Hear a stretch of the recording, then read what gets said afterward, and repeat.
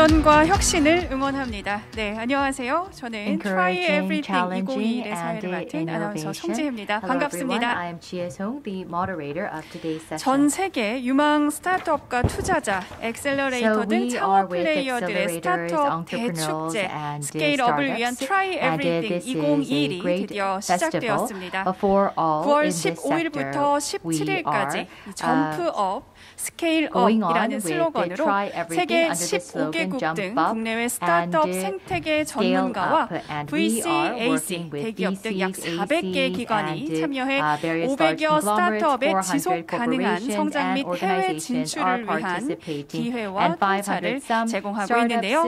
이곳 신라호텔 영빈관 현장과 Try Everything 2021 유튜브 채널을 통해서 생중계되고 있습니다.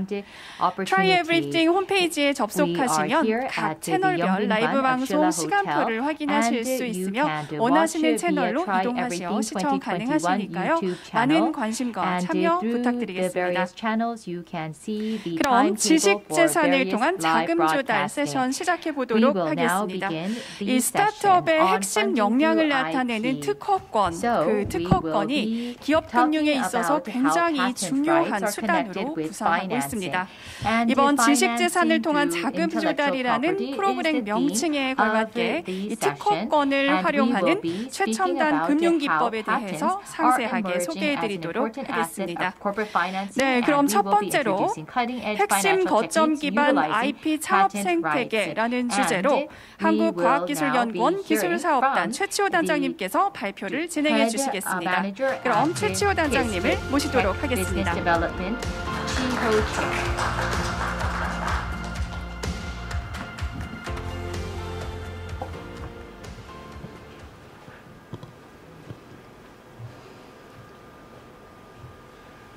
네, 안녕하십니까. 저는 한국과학기술연구원 기술사업 단장을 하고 있고요. 지금은 홍문 강서특구의 사업 단장을 하고 있습니다. 저희가 하는 부분은 혁신 스타트업들을 혁신 거점에서 산학연 금융과 함께 어떻게 이거를 좋은 기업을 빠르게 성장시킬 수 있는가. 나는 그 미션을 가지고 지금 강서특구를 운영하고 있는데요. 지금 추진하고 있는 그 사례를 한번 말씀드리도록 하겠습니다. 과학기술 혁신 경쟁 시대에서 지금 현재는 글로벌로 경쟁력이 있는 클러스터를 몇 개 가지고 있느냐가 아마 이 국가 경쟁력의 시금석이 되고 있는 것 같습니다. 그래서 국가별로 혁신 클러스터를 만들어내는데 정책과 자원을 지금 집중하고 있는데요. 그럼 우리가 혁신 성장을 위해서 스타트업들을 어떻게 집중적으로 성장시킬 것인가에 대한 플랫폼이 이제 절실히 필요할 때인 것 같습니다. 그 사례를 말씀드리고자 합니다. to introduce one platform to you today.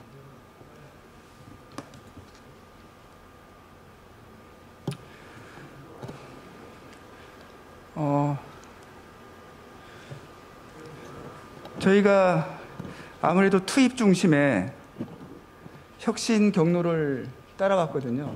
지금 보시면은 이제 지식 영역하고 시장 영역의 연계 영역이 굉장히 부실하기 때문에 거기에 창출된 지식이 경제적 가치를 창출하는 데 좀 부족한 부분이 있고 이 부분이 결국은 우리나라의 혁신 시스템에 질적 성숙 문제가 필요할 때가 아닌가라고 이제 지적들을 많이 하고 있거든요. 결국은 우리가 한 30조씩 집어넣는 이런 연구개발 자금으로부터 나오는 지식들이 과연 시장에 적합한지 그런 부분들하고 또 시장은 이런 혁신 기술들을 받아다가 사업화할 그런 리스크를 감당할 그런 의지가 있는지에 대한 지속적인 의무를 해외 쪽에 있는 과학기술 정책 그런 기관들에서 한국의 혁신 상황이 좀 위태롭지 않느냐라고 제시하고 있는데요. 글로벌 혁신 지수가 지금 현재 20일인데 저희가 기술 혁신 기여도는 세계 1, 2 등에 들어가 있습니다. 구성하는 부분은 R&D 투자, 특허, 법인세 같은 부분이고요. 그 부분의 많은 부분을 잠식해서 결국은 21위가 되게 된 그 가장 결정적인 부분은 기술 혁신에 대한 잠식도입니다. 진입 장벽을 얼마나 많이 가지고 있는지, 정부에서 보조금 부분이 혁신 성장에 저해가 되는 것은 아닌지, 지식재산 보호 수준은 어떠한지 이런 부분들을 가늠할 때 저희는 굉장히 뒤처져 있다라는 부분들, 우리가 이제 IMD라든지 이런 쪽에서 보게 되면 국가 경쟁력이 굉장히 높다고 하지만은 사실 이렇게 기술 혁신만 두고 볼 때 특허와 관련된 부분은 좀 평균 이하를 차지하고 있고요.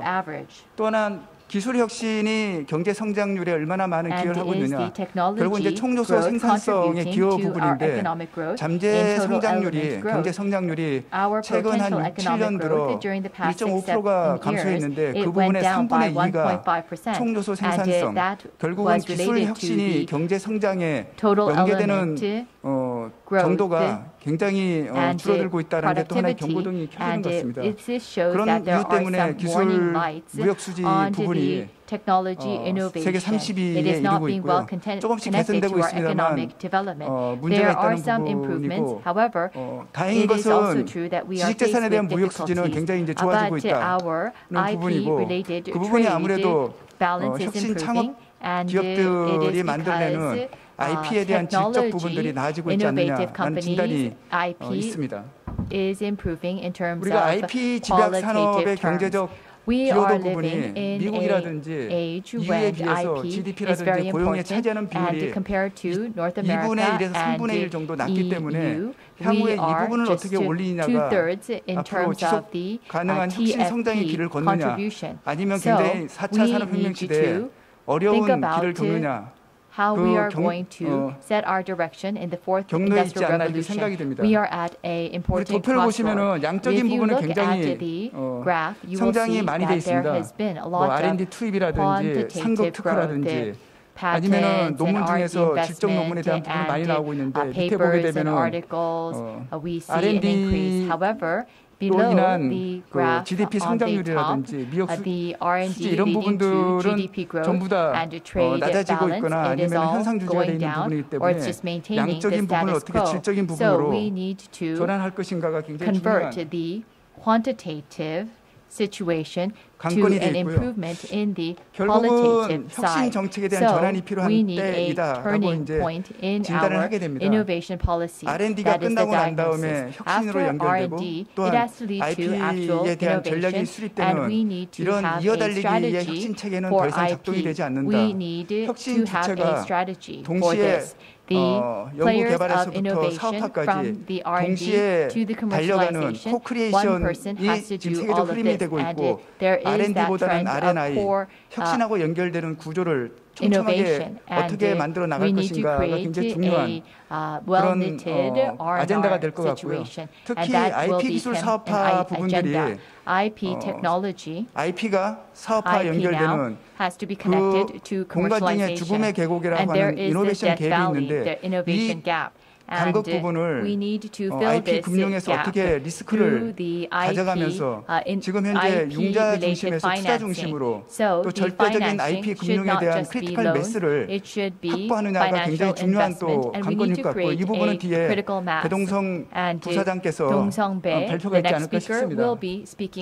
특히 미국이나 영국, EU, 일본에 보게 되면 향후 국가 성장에 대한 기본 방향에 IP가 그 중심에 있고 또 IP에 대한 절대적인 투자량을 늘리겠다라고 하는 것이 주요 국가의 핵심 혁신 정책이라고 보시면 될 것 같습니다. 그 부분에 대해서 영국 특허청의 혁신과 성장을 위한 하그리브 보고서에 의하면 영국 정부는 IP를 통한 경제 성장과 혁신을 강조하고 있고 지식재산 등에 대한 무형자산에 대한 투자 확대 방향을 2015년도부터 지속적으로 추진해오고 있습니다. 특히 EU는 전체 GDP의 39%가 IP 집약 산업과 관련돼 있고 IP 보유 초기 회사가 OECD 전체 일자리의 47%를 창출하고 있습니다. 결국은 혁신 시드를 가지고 있는 혁신 스타트업을 얼마나 지속적으로 창출해내느냐가 아마 혁신 성장에 있어서의 가장 큰 핵심 요인이 아닐까 생각되고요. 그러면 혁신 스타트업들을 어떻게 성장시킬 것인가? 그 부분은 거점 중심으로 클러스터 중심으로 성장시켜야 된다는 것이 해답으로 이렇게 보이고 있고 전 세계가 혁신 선도국은 그렇게 진행하고 있습니다. 이게 보시면 밑에 와이퍼 쪽에서 나온 보고서 쪽에서 인용한 부분인데요. 이제 빨간 표시가 돼 있고 그다음에 파란 표시가 돼 있는 부분이 클러스터입니다. 클러스터에 집중적으로 특허가 많이 나오고 있다는 부분인데요. 지금 세계 4대 혁신 클러스터에서 나오는 특허가 전체 PCT 출원의 23.9%를 차지하고 있고 상위 100대 클러스터가 전체 PCT 출원의 59%를 점유하고 있습니다. 결국은 혁신 기술, 앞으로 차세대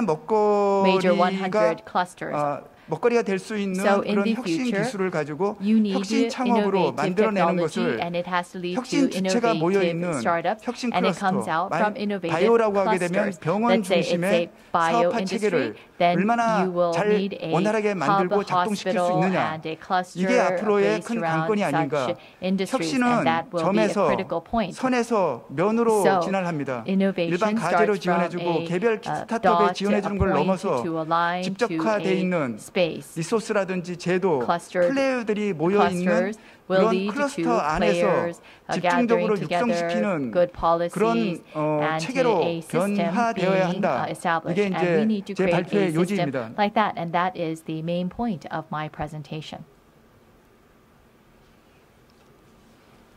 그러기 위해서는 IP 기반 혁신 창업 생태계를 조성할 필요가 있는데요. 말씀드렸다시피 혁신 거점 기반으로 협업형 기획 창업 체계로 전환하는 것이 필요하다. 혁신 거점이라고 하게 되면 지금 오른쪽에 나와 있는 이런 연구개발 특구라든지 저희 홍능과 같은 강소 특구에서 병원과 산학연, 금융이 같이 모여서 스타트업들을 만들어내는 시스템을 구축해야 되는데 지금 1200개 정도가 이런 혁신 거점에서 연구소 기업이라는 것들을 만들어내고 있고요. 지금 1200개가 만드는 연구소 기업의 5년 생존율이 66.7%인데 지금 한국의 혁신 창업 생태계 대시보드를 보게 되면 And if you look at the dashboard, 전체 36만 개의 창업 기업 중에서 기술 기반 업종의 창업 기업 수 한 16.8% 정도가 되고요. 신생기업의 5년 생존율은 31%밖에 안 됩니다. 그러니까 전체 창업 중에서 혁신 창업, 기술 기반 창업은 16.8%로 굉장히 좀 비율이 적고 고성장 창업 기업이라고 할 수 있는 우리가 지금 보게 되면 이제 스케일업이 돼서 점퍼까지 갈 수 있는 그런 대상 기업 숫자도 굉장히 부족합니다. 지금 밑에 있는 수치로 보게 되면 벤처 캐피탈에 대한 신규 투자 규모라든지 아니면 등록된 엑셀레이터, 창업 보이센터 굉장히 양적으로 증가하고 있고 그다음에 정부에서 창업 지원하는 규모도 굉장히 증가하고 있지만 여기 신생기업의 5년 생존율이라든지 아니면 기술 기반의 창업 기업으로서 유니콘이 되는 비율은 지금 현재 이렇게 높지는 않습니다. 경쟁 대비해서.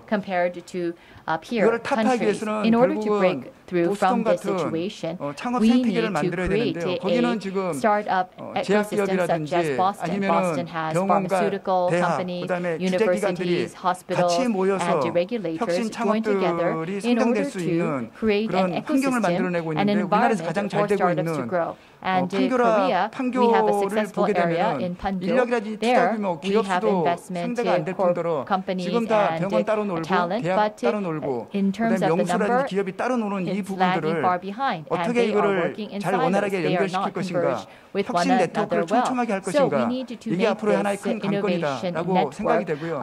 이렇게 하기 위해서는 혁신 거점 기반의 엑셀레이터라든지 그다음에 글로벌 기업이라든지 우리 대기업들 그다음에 병원 같은 이런 창출기관과 중개기관과 그다음에 이 지원해주는 기관 and we 이런 need 부분들이 supporting 같이 모여서 organizations. And they need to be 협업으로 gathered together. 창업하는 They 그런 need to work 체계를 together 만들어야 to 되고 create 그거에 a 관련된 startup 전용 system. 갭펀드, And we will 연구소 have to 병원에 have 있는 a 기술을 시장 기술로 exclusive 전환하는 gap fund. 전용 펀드를 For 많이 만들어야 example, 되고 또한 funds that can 이거를 support 할 수 technology 있는 to be 초기에 utilized 펀드가 in 많이 actual, 들어갈 for 수 example, 있도록 hospitals. And we need 특화 a 펀드를 lot 만들어서 of 운영을 해야 specialized 된다. funding 그리고 융자 operated 중심으로 for this. 되고 있는 And 이 the IP financial 투자를 instruments 투자 should 중심의 not IP be 펀드로 loan-based. It should 확대를 해야 be 될 more 것이고 지금 현재 investment-oriented. IP 투자에 대한 비중이 Also, the IP 24.6%에서 investment 12.7%로 지금 더 줄어들고 has actually 있거든요. 이 gone down 부분을 from 어떻게 24.6% to 해결할 12.7% 것인가도 from 하나의 2018 관건이 to 될 것 2020. 같고요. So we need to solve 그리고 this 네거티브 problem too. 중심의 규제로 And 전환하는 the 부분들은 반드시 regulations 필요할 have 부분인 to 것 be 같습니다. converted to a negative-based regulation system.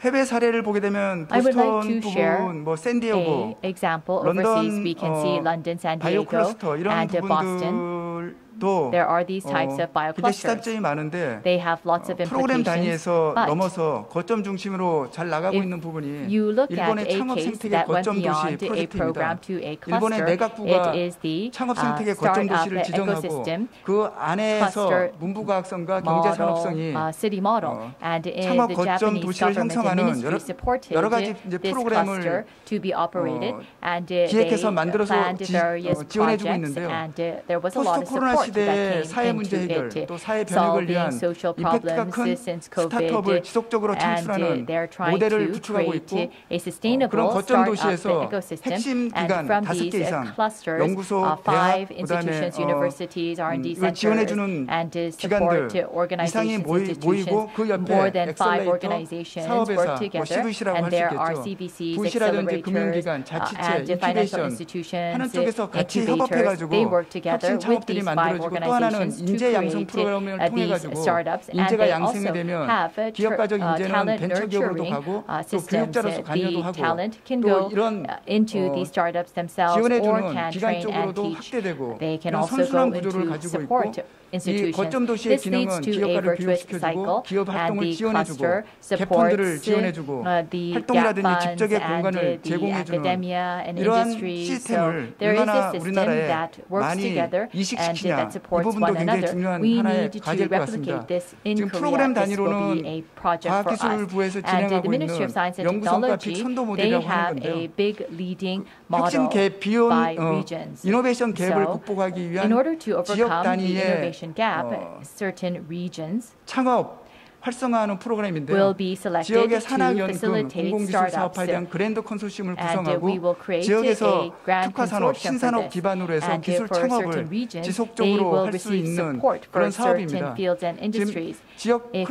look 클러스터라고 at 하는 this, 그런 it 쪽에서 has local 대학과 clusters, and 출연연, these 그다음에 local 기업, clusters will be 기술경영 전문가, university, TP 같은 기술 company, 지역 and 혁신 기관들이 TP. 기획을 해서 These 나오게 types of 되면 institutions will be the 추가 base. Once R&D라든지 they have 인큐베이팅 the 단계를 plans, 통해서 they can get 창업 기업으로 additional finance 만들어지고 and 창업 기업을 incubation, 지원해주는 and 엑셀레이팅 할 수 있는 startups will be 독립된 supported, and there will 조합을 be 구성해가지고 a 글로벌 진출이라든지 투자 연계, 홍보, 마케팅까지 전담해서 지원해주는 두 개의 축으로 해서 지속적인 파생 창업이 가능할 수 있도록 투자 유치가 가능할 수 있도록 해외 출출이 가능할 수 있도록 하는 그런 모델들이 이제 나오고 있습니다. 이거는 그런 한계가 있죠. 이거는 프로그램 단위이기 때문에 제가 말씀드리는 홍농 강서특구령, 강서특구라든지 광역특구 중심으로 이런 부분들이 확대해야 된다는 부분을 말씀드리고요. 마지막으로 IP 기반의 혁신 창업을 창출하는 그런 플랫폼을 만들기 위해서는 아무래도 이 에코라고 하는 그런 개념을 가지고 클러스터를 설계하는 게 굉장히 필요한 것 같습니다. 선순환 생태계를 만들어야 되고 혁신 주체들이 연결이 돼야 되고 돈과 자금과 기술과 인재가 연결되는 그런 체계를 만들고 그것도 수요 기반으로 만들어야 되는 에코시스템을 얼마나 잘 까는 거가 굉장히 중요할 것 같고요. 그러기 위해서는 산학연, 병, 우수인재, 투자기업이 든든한 밸류체인을 형성하는 게 굉장히 중요할 것 같습니다. 저희 홍농 강서특구를 보게 되면 서울시에서 인프라 구축과 자금 지원, 글로벌 기업을 유치해서 존슨앤존슨 등이 들어가고 있고요. 도시 재생을 통해서 경희대부터 고려대까지 창업 특화거리를 지금 만들고 있습니다. 창업하기 좋은 문화 같은 것들을 만들고 있고요. 있고요. 여기 기술 개발 지역이 있고 그다음에 기술 사업화 지구가 있고 병원과 연결된 기술 개발에서 임상까지 넘어갈 수 있는 병원 지역들 이게 세 개 지역이 맞물리면서 병원에서 필요한 수요 기술들을 의사하고 연구자가 지속적으로 병원에 필요한 기술들이라든지 서비스들을 만들어서 창업시키고 그 창업기업이 다시 병원에 선도 구매를 해서 성장시키고 또 추가로 기술이 필요한 부분들은 다시 기술 공급기관인 키스토 경희대 고려대 쪽에서 계속 집어넣고 그리고 여기에 홍문 펀드라고 해서 펀드를 IP 기반 펀드를 중기부 모태 펀드와 연계해가지고 기술 핵심기관이 돈을 넣어서 또 민간 운영기관들이 들어오고 투자기관 협의체, 홍릉 투자기관 협의체 12개 기관들이 들어와 있습니다. 그들이 이걸 움직이고 있거든요. 그래서 정부 주도 지자체 지원 그리고 민간에서 협업해서 운영하는 이러한 클러스터 기반의 IP 창업 생태계를 만드는 것이 굉장히 필요할 것 같다는 생각이고요. 가장 중요한 부분은 해외 진출을 위해서 클러스터 간의 연결 프로그램들이 있기 때문에 리스크를 가장 최소화시키고 시장까지 연결될 수 있는 시간을 최소화시키고 또 밸류체인이 굉장히 긴 부분에 대해서는 클러스터 간, 또 해외 클러스터 간의 연결고리를 통해 가지고 혁신 스타트업들, IP 기반 스타트업들이 글로벌로 성장할 수 있는 모든 것들을 집적화시키고 그리고 빠른 시간 내에 성장시킬 수 있는 이런 시스템을 지금 만들고 있습니다.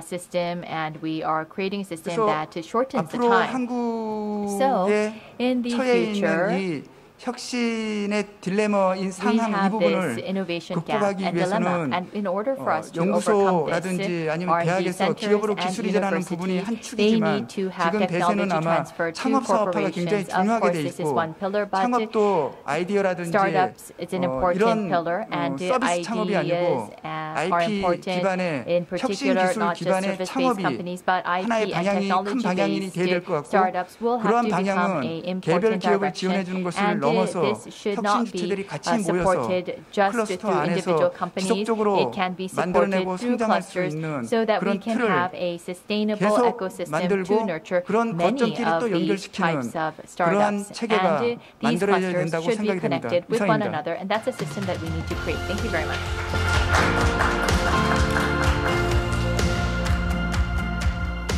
네, IP 창업 생태계 중심 체계 재편 방안에 대한 좋은 발표 해주셨습니다. 진심으로 감사드리고요. 다음으로 IP 금융 관점에서의 IP 거래 활성화라는 주제로 인텔렉추얼 디스커버리 배동석 부사장님의 발표가 있겠습니다. 배동석 부사장님을 모시겠습니다.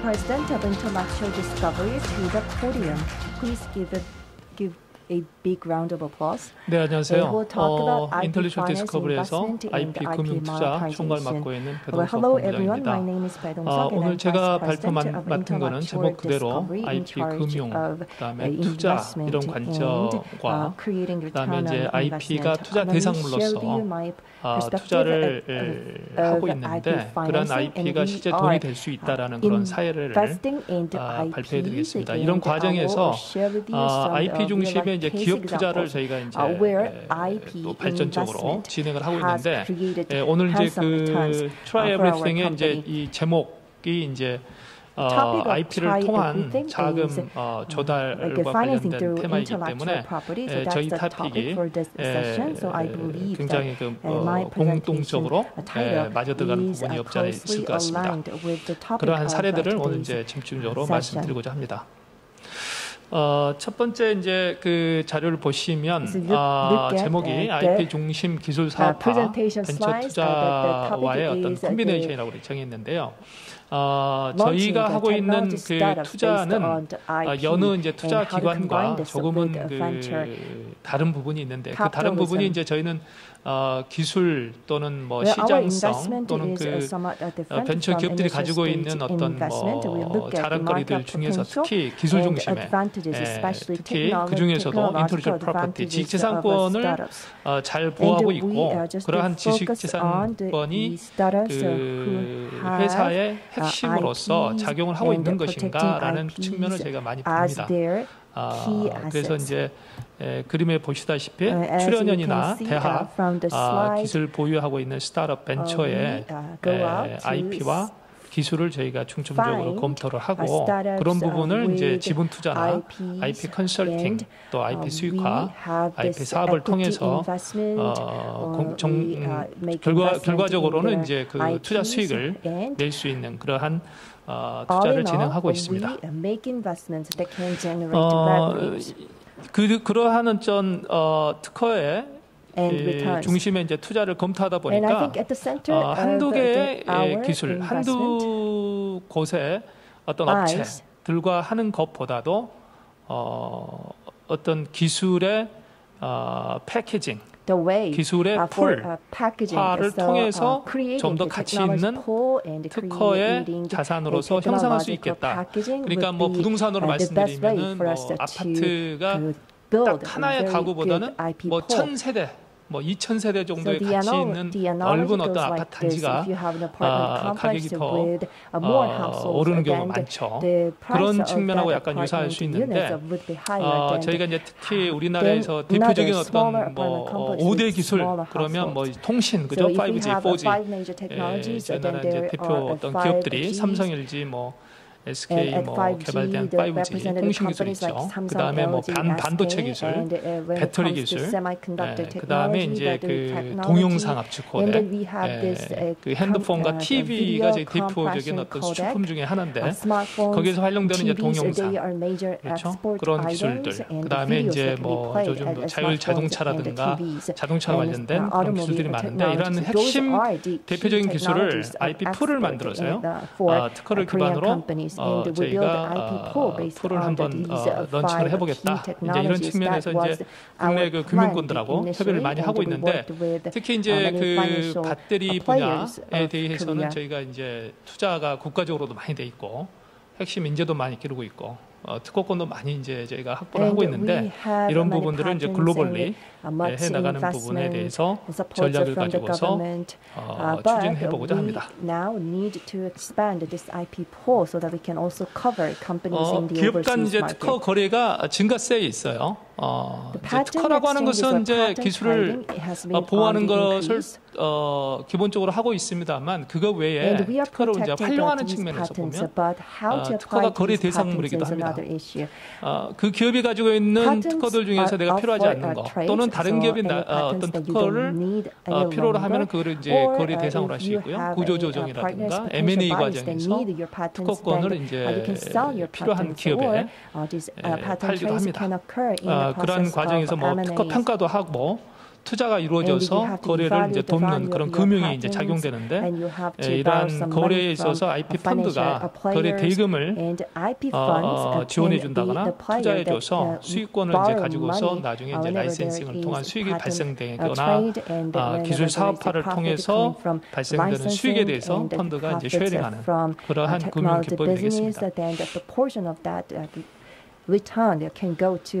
이거는 이제 그 국제적으로 통용되고 있는 동영상 압축 코덱에 대한 이제 표준 특허가 국내에 굉장히 많이 개발돼 있고 저희 연구진들이 이제 특허를 많이 가지고 있는데 그거를 저희 회사에서 이제 그 IP 펀드로 매입을 하게 되고 국제 표준 풀에 가입을 시켜서 저희가 표준 특허 수익을 이제 창출하고 있습니다. 이러한 그 수익에 대해서 금융권의 자금이 유동화 방식으로서 투자되는 그러한 상품들이 저희가 이제 몇 개를 진행하고 있죠. 요거는 이제 YGP라는 거는 하나의 뭐 SPC, 스페셜 퍼포스 컴퍼니의 이름인 거고요.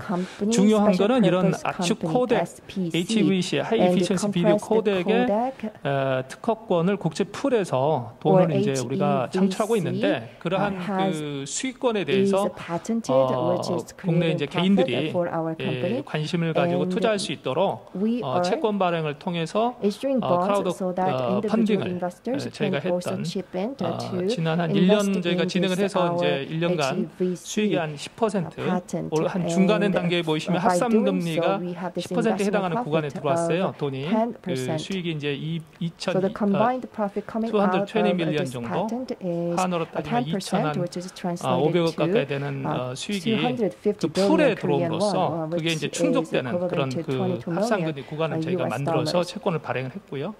이거는 이제 저희가 홍보 차원에서 소액으로 한 3억 정도만 저희가 이제 모집을 했던 거고요. 와디즈라고 하는 이제 국내 유일의 이제 P2P 크라우드 펀딩 그 플랫폼을 통해서 저희가 자금을 모집을 했고 조건이 잘 달성이 돼가지고요. 10% 수익률로 개인들에게 전부 이제 수익 실현이 됐던 그런 상품입니다. 저도 이제 개인적으로 요 상품에 투자를 했어요. 그래서 화면에 보시면 저기 이제 제 개인 증권 계좌인데 저기 500만 원이 찍혀 있죠.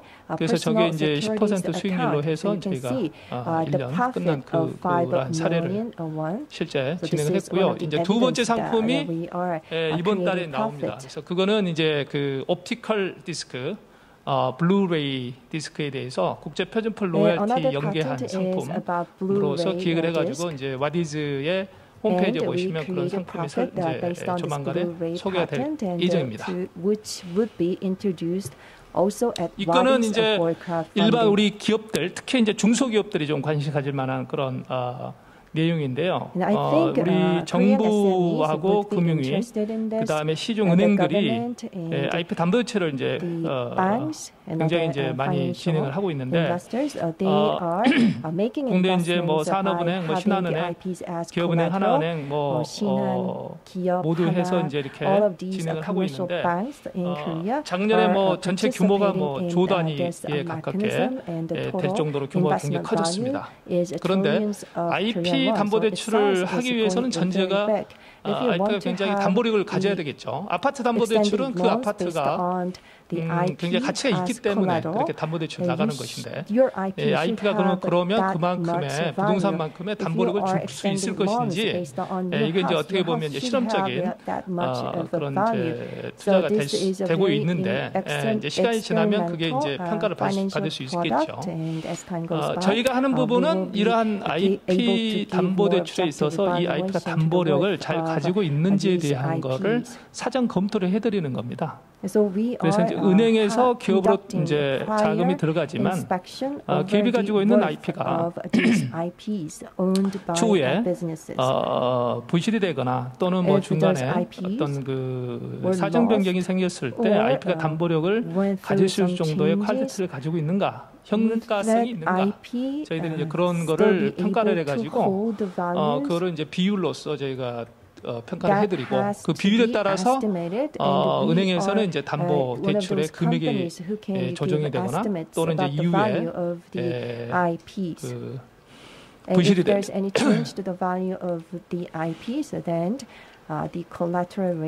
그 선질 보존율이라고 하죠. 지금 기존에 하고 있는 어떤 그 보증 그런 역할을 하는 손실 보존율을 저희가 정해서 발행을 하죠. 그 내용들을 잠깐 이제 살펴보면 신청 기업들이 굉장히 다양하죠. 신청 기업들이 한 뭐 작년에 한 1,000개 정도 된다고 하면 그 중에 이제 신용도가 그렇게 높지는 않겠죠. 신용도가 높은 기업들은 이제 1금융권에서 IP 담보대출 없이 그렇게 신용대출을 할 수 있는데 일단은 기술은 좋은데 매출이 이제 높지 않은 그런 기업들이 좀 대부분인다고 봤을 때 신용도가 보통 한 B 국내에 있는 기업들이 신청을 많이 하더라. 그리고 이제 자체 특허가 한 97%로 가장 뭐 많으나 저희가 봤을 때 아까 이제 그 기업 간에 특허 거래가 있었다고 하는 그 내용을 말씀드렸는데 매입 특허가 약 한 3%, 72건 정도가 이제 외부에서 매입해가지고 그 매입한 특허로 이제 IP 담보대출을 하는 그런 기업들이 증가를 보이고 있습니다. 그리고 특허는 이제 속지주의죠. 국내에 특허 있다 그래서 내가 수출품까지 보호되는 건 아니죠. 그래서 내가 미국에 수출한다, 중국에 수출한다 그러면 중국하고 미국에 해외 출원을 해야 되는데 해외 출원이 상대적으로 저희 나라 특허 출원하시는 주체들이 해외 출원율이 굉장히 낮습니다. 상대적으로 우리 이제 뭐 대기업 같은 우리 삼성, LG 같은 경우는 이제 해외 출원율이 굉장히 많은데 상대적으로 이제 대학 출원 기업들 같은 경우는 해외 출원율이 약 한 10에서 20% 수준밖에 안 돼서 해외 출원 많이 해야 되는데 의외로 해외 출원 보유 퍼센티지가 15%. 개인적으로는 조금 상당히 나름대로 많이 이제 성장하고 있다 이런 생각이 좀 들고요. AB 평가라고 해서 이제 신청을 제가 보면은 특허 건수가 한 건에서 뭐 대부분 3건 이내로 신청을 해옵니다. 그래서 특허 건수가 상당히 적다. 사업 관련된 보유 특허가 다수 있음에도 불구하고 한 건으로 신청해가지고 군주파 요건을 미충족하는 어떤 기업들이 많이 발생을 하고 있어요. 그래서 담보 건전성을 위해서는 그 회사가 가지고 있는 전체 특허 중에서 핵심 특허 또는 핵심 특허를 포함한 전체 특허를 가지고서 담보 대출을 할 수 있도록 유도를 해야 되는 게 맞습니다. Making a collective application for many patents. 근데 주로 이제 거절되는 그 건을 이렇게 보면은 핵심 특허를 누락하는 경우, 특허 거래 가능성이 낮다고 판단되는 경우, 전속 기간이 이제 3년 이내에 이제 또 만료되는 경우, 특허는 이제 출원일로부터 20년 동안 살아 있거든요. 살아 있는 동안에 이제 부동산처럼 보유세를 냅니다만은 내지 않으면 이제 죽죠. 또는 뭐 본인들이 뭐 알아서 먼저 포기를 하게 되는데 만료일이 얼마 남지 않았던 그런 특허들을 가지고서 담보 신청. 그래서 이제 담보가 이루어진 동안에 대출이 뭐 3년 뭐 이렇게 되고 있는데 그 사이에 특허 1년 있다가 죽어요. 그러면 질권 설정해 놓은 담보 특허가 아무 필요가 없겠죠. 그래서 사전에 그런 것들은 이제 검토를 해줘야 됩니다. 그래서 이런 어떤 그 내용들을 가지고서 저희가 이제 그 사전 평가도 해드리고 손실 보존율도 해드리는 그런 해수 전문 기구로서의 역할을 하고 있습니다. 저희가 이제 다음에 또 하는 거는 그 특허 개정으로 그 국내 모태펀드 자금들이 많이 나오는데 우리 앞에서 최초 단장님께서 말씀해 주시는 이제 그 IP 펀드 또 이러한 것들이 좀 앞으로 많이 투자형으로 바뀌어야 된다, 많이 이제 조성이 돼야 된다라는 말씀하셨는데 이 부분에 있어서 이제 저희가 어떻게 보면 실질적으로 IP 직접 투자할 수 있는 펀드를 이제 국내에 최초로 만들어졌다. 그래서 이제 407억짜리 규모의 펀드가 만들어졌는데 이제 여기 그림에 보시면 이제 특허권자의 특허를 이 IP 펀드에서 매입하거나 투자를 해서 다른 투자와 함께 또 이렇게 함께 해가지고요. IP를 고도화해서 그다음에 투자 구조를 만들어서 수익화를 해서 라이센싱을 통한 어떤 수익을 발생시키고요. 그 수익을 투자자와 수익 배분할 수 있는 그런 어떤 그 프로세싱 사업 모델입니다. 저희들이 하고 있는 그런 모델이고요. 뒤에 이제 사례로 말씀드리면 이제 요거는 이제 IP 투자 펀드 전체적으로 이제 개요인데 저희가 400억을 이렇게 조성했습니다. 이제 알려드리는 정보고요.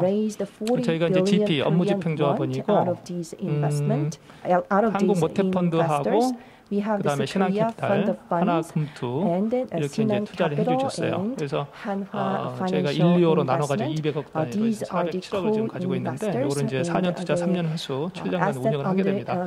주 목적 투자는 보시다시피 우리나라 중소기업, 대학, 공공연의 산업재산권 창출 매입 활용을 위한 수익화 프로젝트에 투자하는 거죠. 60%를. 그래서 240억 이상을 이런 어떤 IP 쪽에 투자를 하게 되고요. 나머지 금액은 그 핵심 IP, 우수 IP를 보유하고 있는 벤처 스타트업에 투자를 하게 될 것입니다. 전체 400억 그 펀드를 이제 뭐 내년에도 저희가 이제 또 신청을 해서 계속 이러한 2호, 3호 펀드를 이제 만들어 낼 것인데 주로 이제 투자할 만한 그런 포트폴리오 구성은 이제 다음과 같습니다. 약 50% 정도는 이제 안정적인 표준 특허, 아까 앞에서 말씀드린 이제 와이파이 표준 특허라든가 HVAC 표준 특허 이러한 쪽에다가 개정을 좀 해서 안정적으로 이제 유동화 수익을 낼 수 있도록 하고 그다음에 이제 로우 리스크, 미들 리턴이라든가 하이 리스크, 하이 리턴 쪽으로 이제 조금씩 수익률을 올려가는 쪽에다가 투자를 가려고 이제 딜 소싱을 하고 있고 기획을 하고 있습니다. 나머지는 이제 IP 보유 벤처 투자에 이제 한 100억에서 150억 정도 배정을 해서 좋은 벤처를 발굴해야 되는 투자도 병행을 합니다. 이거는 이제 그 출연연에서 R&D 결과물로서 나온 그 핵심 특허권을 저희가 이제 매입해서 미국에서 지금 이제 특허 침해 소송을 통해서 큰 대기업으로부터 컴퓨터를 세계에서 최초로 만든 회사 어딜까요? 뭐 그런 회사들하고 저희가 지금 특허 침해 소송을 이제 이 특허를 가지고 하고 있습니다. 그래서 지금 현재 소송이 진행 중이어서 자세한 거는 뭐 말씀드리기 좀 그런데 하여튼 우리 애트리 핵심 R&D 결과물로서 나온 서버 관련된 특허로서 저희가 큰 기대를 가지고서 좀 투자를 계속 진행하고 있습니다. 이거는 이제 우리나라 중소기업에서 나온 특허입니다. 이 특허는 이제 그 그림에서 보시다시피 USB죠. USB 메모리 스틱인데 아마 지금도 뭐 사용하시는 분이 굉장히 많이 있으실 거고요. 오래된 제품인데 과거 한 8년 동안 이 킹스톤이라고 하는 1위 업체가 3,500만 유니트를 전 세계적으로 팔았어요. 저희 중소기업이 이제 처음에 생산을 하다가 특허권을 가지고 있었으나 저런 이제 저가 중국 제품에 이제 밀리다 보니까 특허권만 이제 남겨놓고 사업은 접었죠. 저희가 이제 그 투자를 해서 저 회사를 상대로 이제 그 특허를 정당하게 이제 대라 이제 무시를 하더라고요. 그래서 저희가 이제 소송을 계속 진행을 해서 5년간 작년에 저희가 이제 그 미국 베이시먼 판결을 받았죠. 침해다. 그리고 미국에는 이제 고의 침해라고 있습니다. 3배까지 이제 배상을 해야 되는데 1.5배 좀 아쉽습니다만 1.5배 배상 판결을 받았고 지금 이제 상대방 회사는 이제 2심 어필을 넣었는데 공탁금을 이제 전부 다 걸고 어필을 해야 되겠죠. 저희가 2심에서 이기면 이제 공탁금 걸려 있는 금액을 저희가 가져오면 되는 거고요. 그래서 조만간에 한 150억 정도의 수익이 예상되는 그런 특허가 되겠는데 여기 그 그림에 보시면은 저게 무슨 특허냐? 이게 커버가 있는 거예요. USB 메모리 스틱은 뭐 기본에 알려져 있는 거고 여러 그 관련된 제품 중에서 이 커버 있는 요게 특징이에요. 그러니까 커버가 USB에 어떤 먼지를 이렇게 막아준다거나 그 다음에 그 커버에다가 이제 그 어떤 광고 문구를 새겨 넣는다거나 이렇게 이제 하는 장점이 있는 건데 이게 의외로 소비자들의 마음을 사서 베스트 셀링 프로덕트입니다. 근데 이게 이제 한국의 엔지니어가 이렇게 특허권을 냈던 것이고 간단한 아이디어인데 우리가 스쳐 지나가고 무시할 수가 있어요. 근데 이런 게 돈이 되더라 라는 관점에서 굉장히 임플리케이션이 주는 좋은 어떤 사례고 또 하나의 좋은 그 임플리케이션은 저 특허권은 이 중소기업이 하나 마이크론하고는 지금 이제 중견기업이 되었는데 한국만 출원하지 않고 미국, 중국, 일본, 유럽까지 다 출원을 해놔요. 그래서 지금 저희가 저 친구들한테 이제 미국에서만 저렇게 돈을 이렇게 배상 판결 나갔지만 실은 월드와이드 세일즈에 대해서 저희가 다 받을 수 있는 권리. 그다음에 이제 2위 3위 업체들과 조만간에 또 협상을 시작하게 되는 그런 계기가 해외 특허권이 있었기 때문에 그런 가능한 거죠. 그래서 앞으로 이제 개인적인 바람은 저런 특허들이 계속 우리나라 기업들에서 나와줬으면 좋겠다. 그런 그 어떤 아이디어나 특허들이 나오면은 저희들한테 말씀을 해주시고 이게 특허로 다 출원해야 되는지 모르겠다 이러신 분들 연락을 주시고 상담을 꼭 받기를 바랍니다. 그리고 이제 요거는 이제 뭐 신문에 나와서 잠깐 뭐 소개드리는 저희가 이제 그 카이스트에 있는 교수님 조동 교수님으로 하시는 그 유명하신 분 특허를 제가 매입을 했는데 이걸 가지고 이제 미국에서 현재 또 소송을 또 하고 있어요. 그래서 이것도 이제 저희가 투자금이 꽤 들어갔어요. 미국에서 소송을 하려면 굉장히 그 전문적이고 큰 로펌을 활용하게 되기 때문에 1년에 뭐 몇십억 금방 들어갑니다. 그래서 이것도 한 3년차 지금 소송하고 있는데요.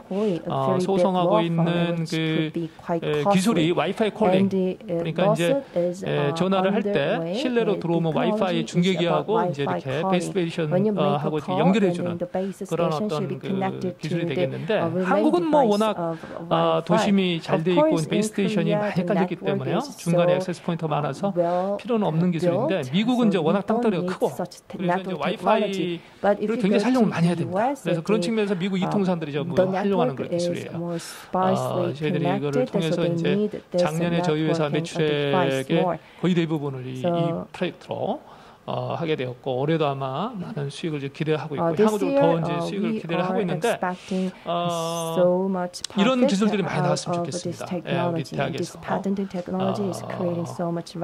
그래서 이거는 이제 산업 전반적으로 사용할 수 있는 기술인 거죠. 그래서 이런 기술들에 대해서, 그래 이것도 이제 또 하나의 그 과정은 저희가 이제 투자하게 된 과정이, 대학에서는 이제 창출을 하는 쪽에 이제 포커싱을 두고, 그런데 이제 대학의 창출하는 특허를 관리를 계속하려면 이 제가 아까 서두에서 말씀드렸다시피 부동산처럼 보유수를 내야 돼요. 특허도 유지를 해야 되는데 그 유지료가 만만치 않습니다. 미국 같으면은 한 건을 20년 동안 살리려면요 1,000만 원 이상 돈이 들어가요. 대학에서 그런 US 특허를 활용이 당장 눈에 안 보이는 특허를 20년간 가지고 있다는 건 굉장히 어려운 일입니다. 그래서 창출한 다음에 그걸 가지고 있지 마시고, 그거를 이제 전문 우리 회사라든가 주변의 변리사 뭐 저기 그 애들에게 물어보세요. 변리사 사무소에 물어보세요. 이거 유지하는 게 좋은지 아니요. 바로바로 매년 해야 됩니다. 기술은 변하거든요. 그래서 이 특허도 우리나라에서는 활용하지 않은 기술이에요. 그렇지만 미국에서 활용한다는 거를 공부를 해서 저희가 알게 되고 투자를 해서 이제 돈을 벌게 되는 케이스인데, 이러한 그 임플리케이션을 가지고서 대학 출원연에 계시는 분들이 활용을 많이 하시면 좋을 것 같습니다. 마지막으로 이제 저 말씀드릴 거는, 이제 앞에서는 이제 이런 IP 펀드, 그 다음에 이제 개발된 어떤 그 IP에 대해 가지고서 투자해서 돈을 벌었다, 이런 걸 말씀드렸는데, 오늘 이제 주제에 합당되는 게 이 내용에 좀 더 가까울 텐데요. 저희가 기업 투자를 직접 합니다. 그래서 특허로서 돈을 벌고 그 나머지를 재투자를 하는데, 특허권을 사야 됩니다만은, 특허권을 사려면 특허권이 어디서 나오는 거예요? 대학하고 기업에서 나오는 거거든요. 그러니까 그 나올 수 있도록 제가 또 재투자를 다시 또 잘 풀어줘야 걸음을 줘야지 또 좋은 또 과실이 열리니까요. 그래서 저희가 투자를 하고 있는데, 주로 저희가 투자하고 있는 분야는 이제 AI 반도체, 자율주행, 2차 전지, 바이오 쪽에 투자하고 있는데, 지금 첫 번째 필요사 AI 같은 경우는 지금 이제 그 AI 칩이 최근에 나왔어요. 굉장히 그 좋은 그 성능을 낼 것으로 이제 기대를 하고 있고, 아마 조만간에 국제 그 평가 그 기관에서 발표를 하게 될 건데요. IP 컨설팅을 통해서 투자를 했다는 게 제가 말씀드리고자 하는 겁니다. 이 기업이 저희한테 왔을 때 저희가 투자를 직접 한 게 아니고, 이 AI를 개발하고 하고자 하는 이 대표하고 엔지니어들이 저희가 이런 아이디어를 갖고 있는데 특허를 어떻게 해야 되는 거죠? 이거 출원해야 되는 거예요? 아니면 내가 노하우를 가지고 있는 거예요? 아니면 내가 구글의 어떤 엔비디아의 어떤 그런 그 특허하고 조촉 관계가 어떻게 되는 겁니까? 그래서 저희들이 이제 공부를 해서 길을 제시해 준 거죠. 당신들은 이래서 특허 출원을 해야 되고, 상대방 특허가 이게 나와 있으니까 이게 피해서 해야 되고, 이러한 부분은 조촉이 될 수 있는데, 이거는 핵심 특허에 대해서 우리도 빨리 보고 따라서 하고 특허를 내고 뭐 이런 식으로 해서 결정적으로 해주고요. 이렇게 함으로써 이제 기술이 많이 발전되고 조직도 안정화되고 이렇게 이제 나가는 부분이고, 저희가 그 투자도 이제 병행함으로써 타 투자자들과 같이 해서 이제 여기는 지금 이제 조만간에 조단위의 어떤 그 우리 벤처 기업이 탄생할 정도로 대표적인 AI 프로세서 설계 기업이 돼가고 있습니다. 기타 이제 등등 그런 식으로 저희가 이제 투자를 하고 있고요. 뒤에 이제 이렇게 관련된 어떤 업체들이 있는데 필요사하고 대표적으로 뭐 우리 팬텀 AI 기사가 있어서 잠깐 이렇게 포스팅을 한 건데요. 팬텀 AI도 이제 한국 그 엔지니어들이 중추가 돼서 이제 샌프란시스코에서 창업한 그런 벤처가 되겠고 저희가 이제 2밀리언을 투자했는데 지금 현재 포드 자동차에 이제 장착에 대해서 테스트를 좀 하고 있습니다. 그래서 조만간 좋은 소식이 미국에서 들려오기를 바라고 있습니다. 그래서 전체적으로 오늘 그 사례에 대해서 또 함께 이렇게 말씀을 드리고요. 이상 마치도록 하겠습니다. 감사합니다.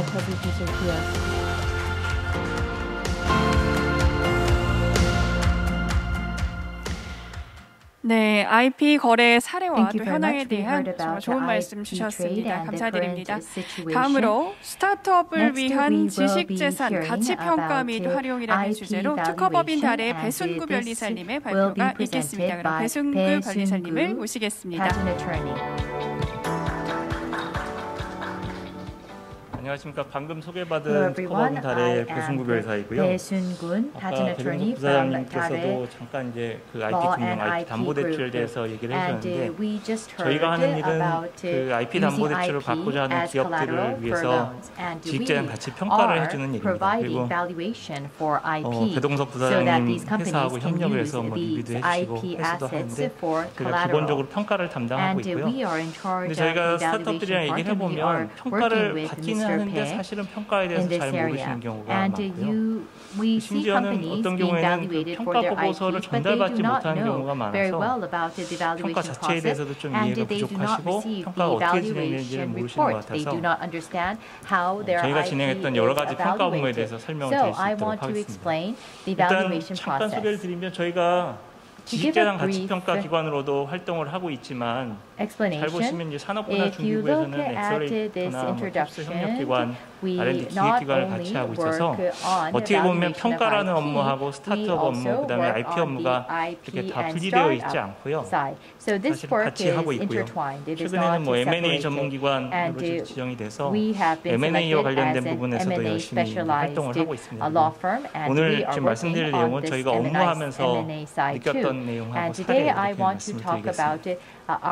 일단 이게 조금 부족하긴 한데 저희 회사의 작년도에 어떤 지식재산 평가 업무를 조금 살펴봤는데 일단 이게 이제 뭐 전체 평가기관 통계가 아니고 우리나라 통계가 아니기 때문에 너무 통계적인 의미를 보시기보다는 저희 평가기관의 업무를 소개한다 이렇게 이해를 해주셨으면 좋겠고요. 전체 업무를 봤을 때 전체 업무를 봤을 때 한 70% 이상이 IP 금융, 더 정확하게는 IP 담보대출 업무로 되어 있어서 지금 현재 우리나라 평가기관의 업무가 상당수가 아마 IP 담보대출 업무를 하고 있다 이렇게 이제 보여집니다. 이거는 뭐 한 2, 3년 전부터 특허청이랑 금융이 또 은행들이 이제 협력을 해서 만들었던 모델이고요. 제가 이제 좀 더 주목하는 것은 그냥 내부 평가라고 되어 있는데 이게 결국 뭐냐면 어떤 특허청이나 공공기관의 가치평가 지원 사업을 거치지 않고 자체적으로 자기 돈을 들여서 평가를 한 것들이라고 볼 수 있고요. 원래는 굉장히 적었는데 작년 같은 경우에는 그래도 한 20% 정도를 차지를 했습니다. 이게 이제 왜 의미가 있냐 하면 사실 어쨌든 지금까지도 그 기술가치평가, 지식재산가치평가 시장이라는 거는 공공에서 주도를 하고 있는 게 맞긴 하고요. 당연히 이제 그렇게 돼야 되는데 민간 시장이 따라올 것이냐 이런 부분들이 좀 저희로서는 관심이 많았는데 어느 정도는 좀 반응이 있는 거 아닌가 이렇게 생각을 하고 있고요. 이 내부 평가라고 한 이 부분에 대한 의뢰하신 분들은 대학이라든지 연구소, 병원, 기업 이렇게 골고루 분포가 되어 있고요. 이분들이 이제 그런 평가를 하는 이유는 뭐냐? IP 담보 대출이 아닌데도 평가를 하는 이유는 뭐냐? 기술 이전이라든지 뭐 전략기획이라고 되어 있는데 전략기획이라고 보면 좀 모호하거나 여러 가지 용도로 사용된다 이렇게 이해를 하시면 될 것 같습니다. 그리고 또 하나는 이제 기술적으로 봤을 때는 기계 소재 분야가 많은데요. 기계 소재 분야가 많은 거는 IP 담보 대출이 기계 소재 기업이 많기 때문입니다. 그리고 바이오메디칼이 많은 거는 내부 평가에서 대학이나 연구소, 병원 중에서 바이오메디칼 쪽을 많이 하고 있기 때문에 또 하나 스타트업으로서는 특이한 사례 중에 하나는 예를 들어서 2년 전에 저희가 IP 담보대출 평가할 때는 대부분이 다 이제 좀 오래된 기업들도 있고 전통 기업들도 있었고 스타트업이 기본적으로 매출이 없어요. 매출이 없으니까 신용등급이 낮고 신용등급이 너무 터무니없이 낮다 보면 IP 담보대출이 거의 불가능한 경우가 있었는데 조금이긴 하지만 스타트업의 IP 담보대출도 늘고 있다. 그리고 그런 것들을 전향적으로 보는 사례들이 있다. 이런 점들이 이제 변화된 점이라고 생각합니다. 잘 익숙하지 않으신 분들이 많아서 기술가치 평가 혹은 이제 직장 가치 평가 정의를 띄워드리는데 정의를 외우는 것보다는 평가할 때 두 가지 패턴이 있다는 걸 아시는 건 좋을 것 같아요. 하나는 금액으로 나오는 가치 평가가 있고 또 다른 하나는 대부분 이제 등급으로 나오는 평가가 있다. 그래서 IP 금융이라고 하면 사실 IP 담보대출이 대부분이지만 사실은 IP 보증이라든지 아니면 뭐 TCB라든지 또 넓게 보면 투자도 IP 금융의 하나이기 때문에 그렇게 봤을 때는 가치 평가 금액으로 10억, 20억, 30억, 100억 나오는 것도 있지만 등급으로 나오는 것도 있다. 이런 점들을 이제 아시는 게 좋을 것 같고요. 1 billion or 10 billion KRW. 스타트업이 또 특히 아셨으면 좋겠는 게 이런 용도예요. 그래서 사실 이 용도를 평가 기관이 이걸 외우려고 제가 말씀을 드리고자 하는 건 아니고요. 사실 스타트업이 어떤 때 평가를 받아야 하는지 자체를 모르고 계신 경우가 많고요. 또 반대로 말하면 다른 데들은 어떤 때 평가를 받고 있나, 지식제한 평가를, 기술가치 평가를 받고 있나 를 좀 아셨으면 해서 말씀을 드릴 텐데요. 이 용도를 하나씩 한번 설명을 드려볼 텐데 그래서 기술의 매매, 라이선스 가격 결정할 때 하는 이전 거래 이런 부분들은 지금 저희 그 회사 기준으로 보자면 한 두 번째로 많은 그 용도이고요. 기술이 이전이나 거래는 제일 많은 거는 학교입니다. 학교, 그 다음에 병원, 그리고 스타트업들도 일부 있고 여기 대기업들도 있어서 각각 서로 다른 그 목적으로 하고 있는데 아무래도 학교나 연구소, 병원은 라이센스 아웃을 주로 하고 있는 거고요. 기업 같은 경우에는 스타트업이나 대기업은 라이센스 인, 거래 중에서 인 쪽으로 이제 주로 하고 있습니다. 현물 출자는 사실 기술가치 평가, 지식제한 가치 평가하는 굉장히 팬시해 보이긴 하는데 생각보다는 숫자는 많지는 않고요. 기술을 출자하고 회사에다 넘기는 대신에 그 회사의 주식을 받는다, 지분을 받는다는 컨셉인데 아주 많이 이루어지고 있지는 않고 대학이나 병원의 일부가 출자를 하고 있습니다. 건수로는 그렇게 많지 않고요. 여기 보시면 금융이 이제 IP 담보대출 혹은 IP 보증 혹은 투자까지도 여기 이제 포함이 되어 있는데 상대적으로 이제 투자가 적다는 게 저희로서는 굉장히 아쉬운 점이고 앞으로 좀 더 바뀌어야 될 방향 아닌가 이렇게 생각을 합니다. 그다음에 이제 전략 부분이 있는데 이 전략 부분이 뭐 여기는 가치증대 상품화 분사 이렇게 되어 있는데 꼭 그렇지는 않고 이 전략 부분은 주로 스타트업이 많이 의뢰를 하고 있고요. 대부분의 경우에는 사실 어디 제출하는 용도가 많습니다. 제일 많은 거는 아직 투자자가 결정되지 않았을 때 내부적으로 평가를 해서 제출을 해보고 미리 가늠하는 그런 역할들을 하는 경우들이 있고요. 또한 뭐 상장을 준비하는 단계에서 평가를 받고 싶어하는 기업들도 소수 있었다고 있었습니다. 그 이외에 이제 뭐 예를 들어 세무나 소송, 청산 이런 경우들은 있기는 하지만 저희로서는 거의 업무가 없었고요. 특례 상장 같은 경우에는 별도의 평가 기관이 따로 있습니다. 자, 평가의 종류가 되게 많아서 이제 여러 가지 평가가 있다는 걸 말씀을 드리려고 그냥 보여드린 거고요. 스타트업이랑 제일 관련이 많은 거는 예를 들어서 뭐 특허청에서 하는 IP 담보나 보증, 투자 연계형 평가들이 있고요. TCB 평가 역시 뭐 넓게 보면 IP 금융이랑 관련이 있다고 보이고요. 그다음에 코스닥 상장 심사 같은 경우에는 꼭 IP는 아니지만 어쨌든 기술을 평가는 기술성 평가라는 점에서는 한번 언급을 드리고 싶고요. 이 세 가지 투자의 유사성이 있다라는 점을 한번 말씀을 드리고 싶습니다. 자, 먼저 이제 IP 담보대출을 위한 평가인데요. IP 담보대출은 IP를 담보로 해서 평가를 받고 평가 금액이 나오면 그거에 근거해서 대출을 받는 그런 형태들이 되어 있고 뭐 특허청이나 금융위원회는 이제 협력해서 하고 있고요. 저희는 이제 평가를 하는 입장, 밸류에이션을 하는 입장에서 말씀을 드리면 주로 뭘 평가를 하나 이런 것들을 한번 말씀을 드리고 싶은데요. 이런 것들은 이제 기업들이 정확히 어떤 걸로 평가가 되는지를 모르고 계시는 경우들이 많고요. 또 평가의 이름이 다르다 보면 전혀 다른 평가로 이해하고 계실 수 있지만 실제로는 꼭 그렇지만은 않다라는 점을 보여드리기 위해서입니다. 내용들이 많은데 기술에 대한, 시장에 대한, 사업에 대한, 그리고 여기 따로 안 썼지만 특허권에 대한 내용들이 굉장히 많이 있고요. 여기 보시면 대체 기술의 출현 가능성, 기술의 경쟁성, 모방 용이성, 경제적 수명이나 차별성 이런 부분들은 어떤 평가를 받으시든지 공통적으로 나오는 파라미터라고 볼 수가 있고요. 스타트업 입장에서도 우리 회사가 어떤 부분에 약점을 가지고 있지, 우리 회사의 차별점을 제3자인 평가기관은 뭐라고 생각을 하고 있지? 평가기관이 차별성이 있다고 생각하나 아니면 부족하다고 생각하나 이런 부분들을 항상 모니터링을 하고 상장에 이어질 때까지 준비를 하시는 게 저는 바람직하다라고 생각을 하고 있고요. 자, 평가 프로세스는 공부를 많이 하실 필요는 없습니다. 그렇지만 여기서 말씀드리고 싶은 거는 딱 한 가지고요. 우리가 지식재산이나 아니면 기술에 대한 가치 평가를 할 때 크게 베이스가 두 가지가 있습니다. 그래서 왼쪽은 평가하는 방법인데 왼쪽 평가 모델을 통해서는 실제 사업을 하면 수익이 얼마나 나지? 라는 기준으로 평가를 하게 됩니다. 그리고 반대로 오른쪽에는 조금 뭐가 프로세스가 다르죠. 외우실 필요는 없는데 우리 기술을 팔았을 때 혹은 라이센스 했을 때 로열티가 얼마나 생기지? 라는 베이스로 가치 평가를 하게 됩니다. 근데 가치 평가 모델이 다르긴 하지만 그 이전에 기술이나 권리나 시장이나 사업성을 분석한다는 점에서는 공통점이 있고요. 어느 쪽이 좋은지는 잘 모르겠지만 현실적으로 실무적으로 보면 스타트업들이나 아니면 일반 기업들은 다 이런 쪽 우리가 사업을 해서 수익이 얼마나 나지 이런 계산을 통해서 가치가 평가된다라고 생각을 하십니다. 근데 꼭 그렇지만은 않고요. 예를 들어서 IP 담보 대출을 한다. 그렇게 되면 담보를 만약 실행해야 될 때 대출이 회수가 안 됐을 때는 그 IP를 매각을 해야 되기 때문에 이게 로열티가 얼마나 나오지라는 쪽으로 기준을 삼는 것이 더 합당한 경우들이 있고요. 또 하나는 큰 기업들이 큰 사업들을 할 때는 저희가 이제 대기업에 대한 평가도 매년 조금씩 하고 있는데요.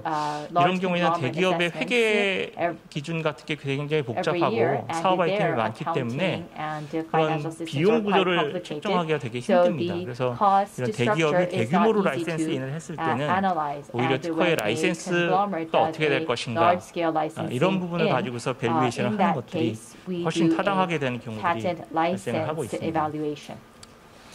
그리고 이제 기업들이 예를 들어서 평가기관한테 평가를 의뢰하게 되면 어떻게 진행되는지를 간단히 설명을 드리면 먼저 저희가 서면으로나 혹은 그 사전 미팅을 통해서 예비적으로 검토를 하고 사전 컨설팅을 하게 되고요. 이때를 통해서 아마 우리 회사가 밸류가 좋다, 나쁘다 혹은 이런 점이 문제가 있다는 점을 미리 들으실 수 있을 거고 평가를 진행한 후에는 이제 저희가 이 평가 보고서를 활용을 어떻게 할 것인지를 주로 지원을 해드리고 있습니다. 그 다음에 이제 또 다른 거 바이오에 대해서 한번 언급을 하고 싶어서 제가 넣었고요. 바이오 같은 경우에는 그 기술 가치 평가를 하는 방식에 있어서나 아니면 상장할 때도 좀 특이한 점들이 많이 있죠. 비즈니스 모델도 다르고 또 우리나라에서는 투자에서는 어마어마하게 핫한 그런 분야이기도 하고 또 실제로 저희한테도 의뢰가 많이 들어오고요. 이 바이오의 기술 가치 평가는 제일 많이 들어오는 게 대학하고 병원입니다. 그래서 라이센스 아웃 하는 경우들이 좀 많이 있고요. 제가 여기 따로 언급을 좋은 일이 해서 언급을 하진 않았지만 과거에 보면 바이오 쪽 기술 이전을 했는데 그게 나중에 보니 대박이 나서 그러면 그 기술 이전을 너무 터무니없이 낮은 가격에 한 게 아니냐라고 해서 문제가 된 사례들이 있었고요. 그것 때문에 이제 한참 좀 분쟁이 있었지만 잘 해결이 된 것으로 알고 있고요. 그 이후로 대학들도 좀 생각이 달라졌어요. 대학이든 병원이든 기술 이전 해간다고 기업이 해주기만 하면 고맙다라는 그런 마음이 아니고 우리가 정당한 그 밸류를 받고서 기술 이전하는 것인가 그리고 그게 제3자에 의해서 명확하게 어떤 그 판단을 받아본 것인가 이런 부분에 이제 관심을 가지게 되었고요. 그래서 이제 바이오에 대한 기술 가치 평가가 많이 늘게 되었습니다. 자, 바이오 평가에서 특징은 이렇게 기술의 우위성은 있는데 기술은 되게 좋은데 사업계획이 굉장히 미흡한 경우가 많고요. 이것 때문에 그 밸류에이션의 밸류에이션의 차이가 편차가 굉장히 크게 됩니다. 어떤 것들은 거의 사업성이 없는 것으로 되기도 하고 어떤 것들은 너무너무 밸류가 커서 수천억 이상 나오는 그런 경우들도 흔히 생기게 되는데 거고요. 그렇기 때문에 사실 바이오 쪽에서는 기술적인 전문성이나 경험이 이제 절대적으로 중요하고요. 밸류에이션을 하는 입장에서 차이점들은 매출의 추정 기간이라든지 임상의 승인 가능성, 기술 기여도가 다른데 이건 어떤 거냐면 그래서 매출이 발생하기 이전까지는 바이오 회사들, 제약 회사들은 굉장히 많은 비용을 쓰게 됩니다. 그래서 캐시플로우를 다르게 계산을 하고 있고요. 반대로 매출이 발생한 이후에는 또 비용이 오히려 덜 나가는 그런 특징을 가지고 있죠. 그리고 임상의 승인 가능성, 이쪽에 이제 임상의 성공률을 분야나 어떤 세부적인 섹션별로 나타내고 있는데요. 임상의 승인 가능성이 밸류에이션에 막대한 영향을 주게 됩니다. 사업성 자체에도 영향을 주기 때문에 이 부분을 이제 밸류에이션에 반영을 하고 있고요. 기술 기여도라고 해서 전체 사업에서 기술이 몇 %를 차지하지 이런 부분들을 항상 다른 분야에서 밸류에이션 할 때는 고려를 하고 있는데 오히려 이제 바이오나 제약에서는 특허가 있고 임상에 통과한다면 기술 기여도는 매우 높을 수밖에 없는 구조를 가지고 있기 때문에 이런 부분을 적용하는 데서는 좀 달리 하고 있습니다. 그 다음에 이제 많이 그 지식재산 가치 평가, IP 가치 평가, 기술 가치 평가랑 굉장히 많이 비교되는 게 TCB 평가예요. 그래서 평가 기관 입장에서는 굉장히 괴로운 면이 있는데 평가 기간 짧고 이게 작은 비용으로 되는데 왜 지식재산 가치 평가는 이렇게 오래 걸리고 돈도 많이 듭니까? 이런 얘기들을 굉장히 많이 받고 있고요. TCB도 여기 그 평가의 파라미터들을 보면 거의 비슷하지만 실제로는 아무래도 이제 재무적인 데이터들을 더 많이 보게 되고 IP 가치 평가는 IP를 보기 때문에 상대적으로 재무에 대한 데이터들은 재무제표가 있잖아요. 그래서 금방 이제 할 수 있는 면이 있는데 저희 같은 경우에는 처음부터 IP에 대한 데이터를 만들어야 되기 때문에 조금 더 이제 시간이 많이 걸린다는 얘기를 해주셨으면 좋겠고요. 진행을 좀 빨리 해보면 코스닥 상장하는 거 많은 스타트업들이 꿈들이고 거기에서도 이제 기술성 평가를 통과를 해야 됩니다. 그래서 그거에 대해서 좀 잠깐만 언급을 드리자면 최근에 이제 그 올해 이런 뉴스가 났죠. 그래서 특례 상장 기업 더 깐깐히 보겠다 이렇게 되어 있고 여기 보면 평가 항목도 늘리고 구체적으로 제시를 구체적으로 저희가 심사를 하겠다 이런 것들이 이제 자료가 나온 적이 있는데요.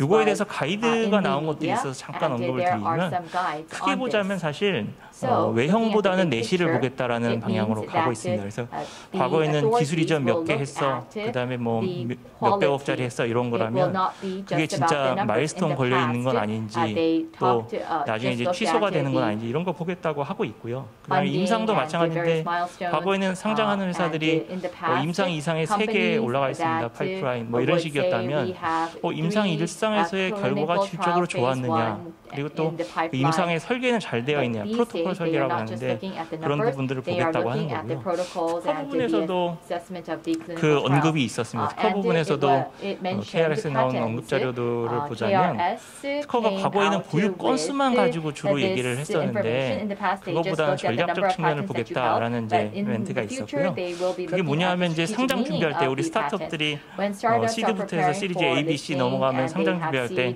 특허가 한 30개쯤 있어야지 50개쯤 있어야지 그리고 해외 특허는 한 10개쯤 해야지 이런 것들을 하면서 주로 이제 양적인 것들을 맞춰왔단 말이죠. 근데 그런 것들이 과연 무슨 의미가 있느냐 우리 회사의 경쟁력에 상장된 회사의 경쟁력에 무슨 의미가 있는지를 보겠다는 겁니다. 그래서 결과적으로 보자면 특허가 50개 있는 게 중요한 게 아니라 이 50개의 특허가 각각 어떤 역할을 하느냐 공격수와 수비수의 역할을 혹은 왼쪽과 오른쪽의 역할을 나눠서 맡고 있는지 보겠다는 거고요. 그리고 상장을 한 이후에도 지금 우리 50개 있어요가 아니라 지금 우리 50개 있지만 앞으로 어떤 비즈니스를 해서 어떤 유형의 특허를 얼마나 더 가져가겠다라는 그런 전략이 있어야지 더 유리한 상장에 유리한 구조를 만들겠다라는 것들이고요. 실제로 이제 좀 재미있는 특이한 얘기라면 최근 한 1년 사이에 저랑 같이 일하던 그 젊은 변호사님 두 분이 스타트업으로 가셨어요. 스타트업에 임직원으로 가셔서 스타트업이 좀 더 이런 쪽에 관심을 가지고 있구나 이런 것들을 저도 이제 몸소 느낄 수가 있었고요. 자, 이게 뭐 그 시드 단계에 계신 분들은 관심이 없을 수도 있는데 이게 이제 그 바뀐 KRS에 나온 바뀐 35개의 주요 평가사항을 제가 정리를 해봤고요. 굉장히 많아졌죠. 근데 의외로 보시면 여기 뭐 기술의 모방 난이도나 수명이라든지 혁신성 이런 부분들을 봤을 때 저희가 IP 담보 대출할 때 하는 평가나 아니면 IP 투자할 때 하는 평가나 이런 것 그렇게 큰 차이는 없습니다. 오히려 공통된 점들이 많고 다만 뎁스나 준비하는 것들은 많이 다르고요. 차이점을 굳이 보자면 경영진에 대해서 좀 자세히 물어본다든지 아니면 판매에 대해서 자세히 물어보는 부분이 있는데 이런 건 아무래도 이제 상장 회사가 갖춰야 될 요건, 투자자를 보호할 수 있느냐, 사업을 지속할 수 있느냐 이런 요건 때문인데 대부분의 요건들을 공유하고 있다. 그래서 우리가 이제 IP 담보 대출 평가나 IP 투자를 받으면서 평가를 해보신다면 어느 정도 시사점을 얻으실 수 있다. 그리고 상장에 대한 대비를 할 때 도움이 되실 수 있다는 점을 좀 말씀을 드리고 싶고요. 제가 따로 이제 빨간색이나 이 파란색으로 칠해놓은 부분들은 IP랑 직간접적으로 관련되어 있는 부분입니다. 근데 이게 제가 그냥 임의로 이거 관련 있어요 이런 건 아니고 제가 이제 그 상장용 그 기술사업 계획서를 봤을 때 이 부분에서 IP에 대한 언급을 하고 있어요. 준비하는 회사들이. 그래서 상장용 평가도 우리 IP 담보 대출, IP 투자 평가랑 큰 궤를 같이 하고 있고 미리미리 평가를 자주 받으시면서 평가를 어떻게 준비해야 되는지, 뭘 대비해야 되는지 이런 것들을 익혀놓으시면 좋으시겠다라고 말씀을 드리고 싶고요. 이거 저 IP 활용했던 사례 하나 하려고 제가 아는 회사 했고요. 보니까 그 배동석 부사장님 회사가 여기에 투자를 하신 것 같습니다. 짜게 투자하신 것 같고 이 회사 같은 경우에는 그 캠프에서도 이제 우승을 하고 뭐 CJ임이라는 상장사 투자도 받고 좋은 뉴스들이 많이 났는데요. 이 회사가 IP 어떻게 활용했는지 이런 부분 한번 정리를 해보겠습니다. 그래서 저희랑 2017년에 만났고요. 2017년 처음에 IP나래 사업, 인천지식제한센터 사업으로 만났는데 그거하고 분쟁 예방 컨설팅하고 그다음에 IP 사업화 컨설팅, IR 자료 가치 평가를 이때 받았습니다. 그리고 그 이후에도 많이 하고 있는데 단계별로 어떤 의미를 가지고 있나를 한번 설명을 드려보겠습니다. 저희 처음 만났을 때 핵심 기술은 있는데 무슨 제품을 만들어야 될지 픽스가 되어 있지 않았어요, 사실은.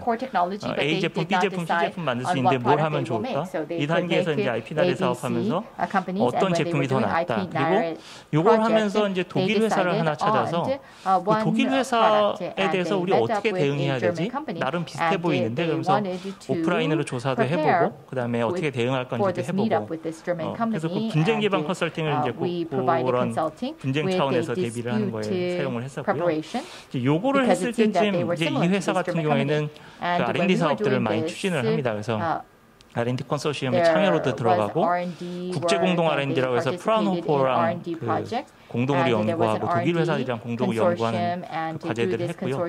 그걸 하면서 이제 운영비를 충당하고 엔젤 투자를 받았죠. 그리고 엔젤 투자를 할 때 저희도 약간 투자를 했었고요. IP 사업화 컨설팅을 할 때가 이제 BM하고 그 뭐 제품 포트폴리오 확정 짓고 이럴 때인데 이때가 제가 봤을 때는 이제 옆에서 봤을 때라서 뭐 기업 입장에서는 어떤지 모르지만 옆에서 봤을 때는 그 외부에는 보여줄 만한 게 없는 지금 이제 아이템 어느 정도 픽스하고서 샘플 만들고 샘플 계속해서 반복해서 만들고 회사들이랑 뭐 계약 만들려고 쫓아다니고 하는데 외부에는 보여줄 게 없는 그런 상황이었다 이렇게 보여지고요. 그게 이제 어느 정도 돼서 계약도 좀 구체화되고 샘플도 제대로 된 게 나오면서 이런 IR 자료들을 만들고 그다음에 이제 가치 평가를 받으면서 본격적으로 이제 투자 유치에 나선 겁니다. 이제 이게 18년이고 요 그 디캠프에서 우승한 게 그 다음 해인 걸 기억하는데 이때쯤에 나온 자료들을 이제 그때 활용을 했고요. 이때 이제 그 대표님이 저는 재밌었던 게 하나 있었는데 대표님이 가치 평가 금액 솔직하게 해주십시오 그러면서 회사의 정보들을 많이 주셨어요. 그래서 자기 제품이 1m당 단가 얼마에 받을 거다 이런 구체적인 얘기를 하시면서 저희가 이제 평가를 해드렸는데 나중에는 우리 단가가 이렇게 변하면 밸류에이션 어떻게 변하나요? 이렇게 한번 요청도 오시고 굉장히 적극적이셨고 저로서는 굉장히 어떤 임프레션이 있었던 회사였고요. 이게 끝나서 지금은 어느 정도는 투자도 받고 그다음에 파트너 회사 아까 뭐 BMW랑 현대차 절차가 나오고 있는데 어떻게 되는지 정확히는 모릅니다만 이제 어느 정도 픽스가 된 이후에는 이제 바우처 사업 같은 걸 통해 가지고 어떤 이슈별로 대응을 하는 이제 그런 구조로 바뀌었고요. 보시면 굉장히 다양한 기관들하고 다양한 사업들을 단계에 맞춰서 활용을 했다는 점이 저는 굉장히 인상적이었다고 봅니다. 그리고 이거는 그냥 잠깐만 말씀드릴 텐데요. 아이템이 굉장히 특이해서 스마트워치 장애인용 스마트워치여서 큰 계약을 많이 잡아서 언론에는 많이 보도가 됐거든요. 이런 회사 같은 경우에는 먼저 그 투자를 받기 위해서 그 평가를 받았고요. 투자에는 당연히 성공을 했습니다. 그리고 이 회사 같은 경우에는 아까 회사랑은 조금 다르지만 투자를 받고 나서 오타가 났네요. 한국 특허 전략 개발원입니다. 근데 이제 IPR&D 사업 진행하면서 여기는 약간 스케일업에 활용하는 형태. 그러니까 초기 투자는 받았고 그다음에 스케일업에 IP를 활용하는 형태로 진행한 사례라고 할 수 있겠습니다. 다 됐고요. 향후 과제는 몰라서 그냥 빈칸으로 남겨놨는데 저 평가기관 입장에서는 아직도 인사이트 있는 평가자들 많이 부족한 상태이고 요청을 드리고 싶은 거는 아까 최치호 단장님이나 배동석 부사장님도 비슷한 얘기 하셨던 것 같은데 우리 지식자한 평가가 그 기술가치 평가가 사실 투자에 굉장히 적합한 성격을 가지고 있는데 아직 투자를 지원하는 사업들이나 이런 부분에서는 좀 부족하다고 느낍니다. 그래서 그런 부분에 좀 더 관심 가져주시고 또 투자하시는 VC들이나 아니면 투자 받는 기업들도 관심 가져주시면 이게 이제 투자 생태계라든지 창업 생태계를 좀 활성화하는 데 도움을 주지 않을까 생각합니다. 네, 이상으로 발표 마치겠습니다. 감사합니다.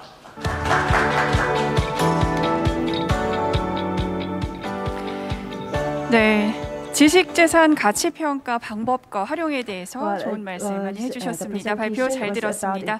네, 마지막으로 IP금융을 활용한 자금 조달 및 사례라는 주제로 브릿지 폴 인베스트먼트 최진용 이사님의 발표가 있겠습니다. 이사님을 모시겠습니다. 네, 안녕하십니까. 저는 그 IP금융을 활용한 자금 조달 방법 및 사례에 대해서 발표를 할 브릿지 폴 인베스트먼트의 최진용이라고 합니다.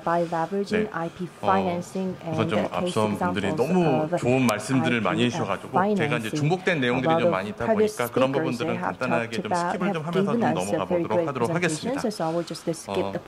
우선 저는 지금 그 브릿지 폴 인베스트먼트라는 그 벤처 캐피탈에 지금 들어와 있는데요. 제가 오늘 발표할 내용에 대한 부분들은 IP금융을 활용한 자금 조달 방법, 특히 IP 담보 대출에 대한 부분들을 좀 중점적으로 말씀드리려고 합니다. 근데 VC에 있는 사람이 왜 이제 그 부분에 대해서 얘기를 하냐?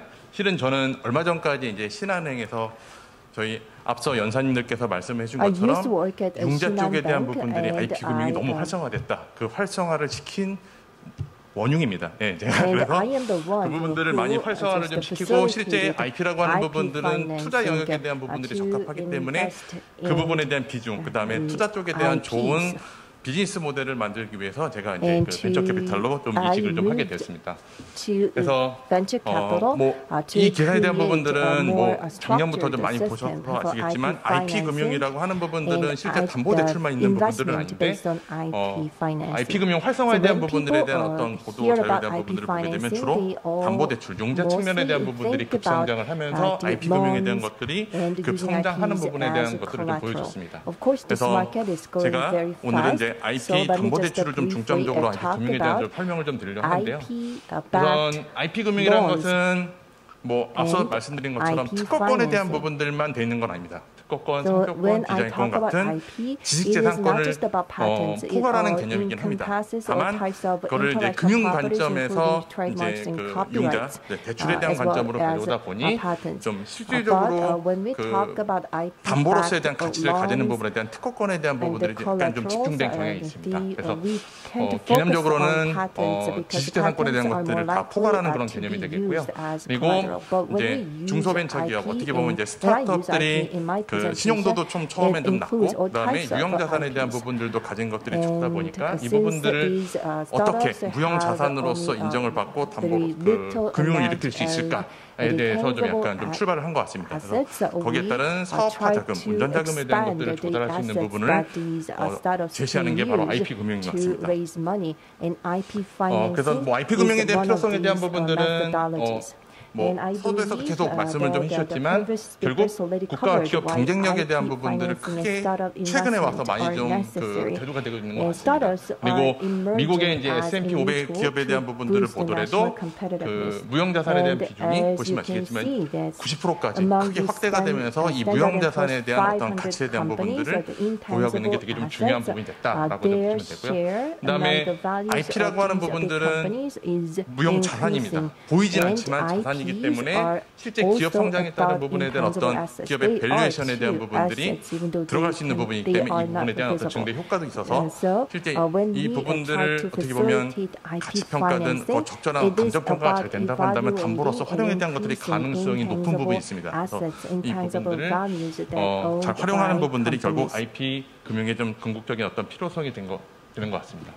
그래서 가치평가라 그러면 이 IP 금융을 뭔가 일으키려면 결국 그 IP에 대한 어떤 적절한 감정평가에 대한 부분들이 필요하겠죠. 그게 이제 앞서 배송부 대표님께서 말씀을 해주신 IP 가치평가가 되겠습니다. 그래서 IP가 창출하는 경제적 가치를 가치평가 원칙과 방법론에 입각해서 금액으로, 그래서 감정평가 금액으로 나오고 그 금액을 기반으로 론이든 아니면 투자가 이루어지는 그런 것을 되는 것입니다. 그래서 실제 IP 금융에 대한 유형에 대한 부분들은 크게 두 가지입니다. 대출과 투자. 근데 그 대출에 대한 부분들은 좀 우리나라에서 실제 많이 IP 담보라고 지칭을 뭐 2014년, 2000년대도 얘기를 했었지만 실제 담보로서에 대한 어떤 그 조건에 대한 것들이 부합하지 않아가지고 적용을 좀 안 해서 실제 저희 우리나라 쪽 시장에서는 주로 이 보증 쪽에 대한 부분들을 가지고 결국 보증서를 담보로 해서 금융이 좀 많이 이루어졌습니다. 그러다 보니까 대출 사이드에서 보면 이 보증에 대한 부분들이 한 축을 좀 가지고 있고요. 그다음에 이제 2019년부터 해가지고서 급속도로 커진 실제 금융권에서 IP 자체에 대한 부분들을 담보로 해가지고 대출해주는 부분에 대한 영역이 이거와 또 구분되게 좀 이루어졌습니다. 그리고 마지막으로 이제 IP에 대한 투자에 대한 부분들이 이루어지게 되는데요. 실제 스타트업들에게서 이 IP 담보대출 이만큼 활성화는 됐지만 스타트업들은 거기에 대해서 실제 체감하시는 부분은 많이 없으실 거예요. 이유는 여기 보시는 것처럼 각 단계별로 봤을 때 이 담보의 영역에 대한 것들을 금융권인 은행들이 주로 많이 다루다 보니까 실제 이걸 가지고서 얼마만큼 사업화가 돼서 매출이 나왔는지에 대한 것들을 가지고 평가를 하거든요. 그러다 보니까 앞선 초기 스타트업들에 대한 부분들은 주로 보증에 대한 부분들을 가지고선 대출을 활용하는 부분에 대한 전략을 좀 쓰시면 될 것 같고요. 그다음에 어느 정도 매출에 대한 부분들이 나오면서 그 발생된 매출을 가지고선 향후 미래에 대한 어떤 캐시플로우가 나온 부분들을 가지고는 이제 담보로 그 부분들을 담보로서 좀 해줄 수 있는 영역이 되겠죠. 그다음에 뭐 IP 투자에 대한 부분들은 실제 뭐 이 앞담부터 IPO 직전까지 대한 부분들이 모두 이루어질 수 있는 영역인 것 같습니다. 그래서 최근에 이제 뭐 나와 있는 IP 금융에 대한 현황들을 보시면 우리나라 이제 금융위와 특허청이 이제 협업을 좀 해가지고 IP 금융 활성화에 대한 정책을 2018년 12월에 추진을 하였고 거기에 따른 결과로서 2019년에 보시면 전체 규모가 7,600억에서 이제 1조, 2조 거의 뭐 두 배씩 올라가는 형태죠. 거기에 가장 큰 영향을 준 부분들이 바로 이 IP 담보대출이 되겠습니다. 그래서 실제 그 은행들도 실제 뭔가 새로운 기술 기반 기업들에 대한 것들을 대출을 해줄 수 있는 어떤 상품에 대한 것들에 대한 니드가 있었고, 그다음에 그 혁신 기업들을 어떻게 해줄 수 있을까? 뭐 그게 이제 IP 담보 대출로서 약간 그 상품성에 대한 것들이 좀 반영이 된 결과가 좀 아닌가 좀 싶습니다. 네, 그러면 실제 그 IP 담보 대출이라고 하는 부분에 대한 것들에 대해서 이제 뭐 저도 제가 이제 그 은행에 있을 때 이제 많은 분들이 그 질문을 좀 했었거든요. 그러면서 거기에 대해서 이제 궁금한 부분들을 한번 저도 좀 몇 가지 한번 좀 이렇게 좀 만들어봤습니다. 우선 아까 말씀드렸던 것처럼 IP 담보 대출은 특허권, 실용진앙권, 상표권, 뭐 디자인권을 포괄하는 그 지식재산권을 모두 지칭하는 건데 이것들이 모두 IP 담보 대출이 가능하냐? 네. 뭐 결론적으로만 말씀드리면 안 됩니다. 오직 특허권에 대해서 이제 그 이유에 대한 부분들은 여기 나와 있는 것처럼 실제 IP라고 하는 그 무형자산에 대한 것들을 금융권 내에 담보로서에 대한 역할로서 만들고 싶은 부분이 있었기 때문에 이 모든 부분들을 다 열어놓고 시작을 했으면 아마 시작도 못했을 겁니다. 그래서 이 중에서 가장 정부에서 뭔가 인증된 부분에 있어서 좀 가치가 좀 높다고 생각되는 부분에 대한 특허권으로만 한정을 해서 IP 담보대출에 대한 부분들이 약간 구조화가 되어 있습니다. 그래서 시중은행에서 지금 진행되고 있는 IP 담보대출에 대한 부분들은 모두 특허권으로만 좀 한정되어 있는 부분이고 이게 이제 잘 워킹되는 부분들을 보게 되면 이제 점점 그 영역에 대한 부분들이 넓어지지 않을까 싶습니다. 그다음에 기술력이 뛰어난 혁신 기업은 대출이 가능한가? 네, 불가능합니다. 네, 이유는 아까 말씀드렸던 것처럼 실제 금융권 내에서 이 그 대출을 다루는 부분에 대한 어떤 그 규제에 대한 부분들을 이제 금감원으로부터 받고 있기 때문에 거기에 적합하지 않은 부분에 대한 것들을 했을 때 문제가 되기 때문에 실제 뭐 기술력이 무조건 뛰어나다고 해서 대출을 해줄 수 있는 부분들은 아니고요. 그게 어떤 그 담보로서에 대한 어떤 영역에 대해서 실제 기준 한도가 좀 늘어나는 효과. 그러니까 신용 등급별로 어떻게 보면 정해져 있는 한도가 정해져 있지만 IP라는 부분들이 실제 담보로서에 대한 부분들이 인정이 되면 그 추가적인 어떤 한도에 대한 부분이 늘어나는 효과를 가질 수 있습니다. 그래서 기술력이 뛰어난 혁신기업이 모두 담보대출이 가능한 건 아니다라는 말. 그다음에 담보대출에 적합한 가치평가. 뭐 이 부분은 앞서 저희 배종구 대표님께서 좀 잘 얘기를 해주신 것 같고요. 이 부분도 패스하도록 하겠습니다. 그리고 이런 좀 그 새로운 분야, 신기술, 신산업 분야에 대한 부분들 창업기업 스타트업에게 담보대출이 가능한가? 이 부분이 가장 궁금하실 텐데요. 참 어렵습니다. 근데 실질적으로 IP 담보대출을 통해서 이제 점점점 그 영역에 대한 어떤 비중이 조금씩 넓어지고 있는 것 같습니다.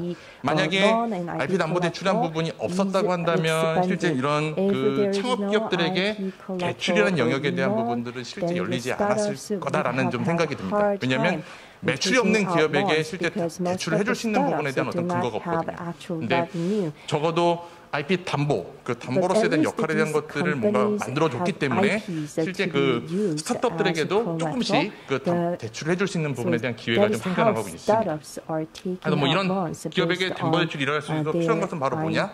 요거는 이제 뒤에서 좀 말씀을 드리겠지만 저희 인터렉처럴 디스커버리 쪽에서 담당을 해주고 계신 IP 담보대출은 실제 부실이 났을 때 그 부분들을 회수를 할 수 있는 회수 기구가 있습니다. 이제 정부와 은행들이 출연을 해서 이걸 만든 부분인데요. 결과적으로 부실이 난 부분에 대한 금융에 대한 것들을 회수해주는 부분이 있기 때문에 담보대출이 이루어질 수가 있는 것입니다. 그래서 담보로서에 대한 어떤 그 영역에 대한 동작을 할 수가 있기 때문에 그래서 이런 기업들에게 담보대출이 일어나도록 해서 필요한 것은 뭐냐면 회수기구에서 정말 기술이 뛰어난 스타트업들에게 대한 어떤 담보 비율을 높여주고 그들을 좀 그 금융권 내에서 뭔가 좀 대출해 줄 수 있게끔 해주는 부분에 대한 어떤 도움이 좀 필요하지 않나. 뭐 이 부분은 좀 뒤에서 좀 더 말씀을 좀 드리도록 하겠습니다. 그리고 궁극적으로 저는 이런 IP 금융, 담보대출이 이제 금융의 한 영역이지 않겠습니까? 결국 그 부분들은 이제 기술 기반 혁신 기업들이 뭔가 잘 자라날 수 있는 어떤 혁신금융 생태계를 만드는 게 여기에 궁극적인 목표인 것 같습니다. 그래서 그런 부분에 선순환이 일어나도록 뭔가 잘 하고 있는지 뭐 거듭 말씀드리지만 IP 담보대출이라는 부분에 대한 걸 통해서 금융권에서 이 부분에 대한 관심이 많이 높아졌고 이런 생태계를 만들기 위한 노력을 많이 진행을 좀 하고 있습니다. 그래서 저는 이 부분들은 이제 시중은행에서 각자에 대한 어떤 프로세스도 조금 다르긴 하겠지만 제가 이제 신한은행에서 만든 IP 담보대출에 대한 상품 구성도입니다. 너무 복잡하게 돼 있는데요.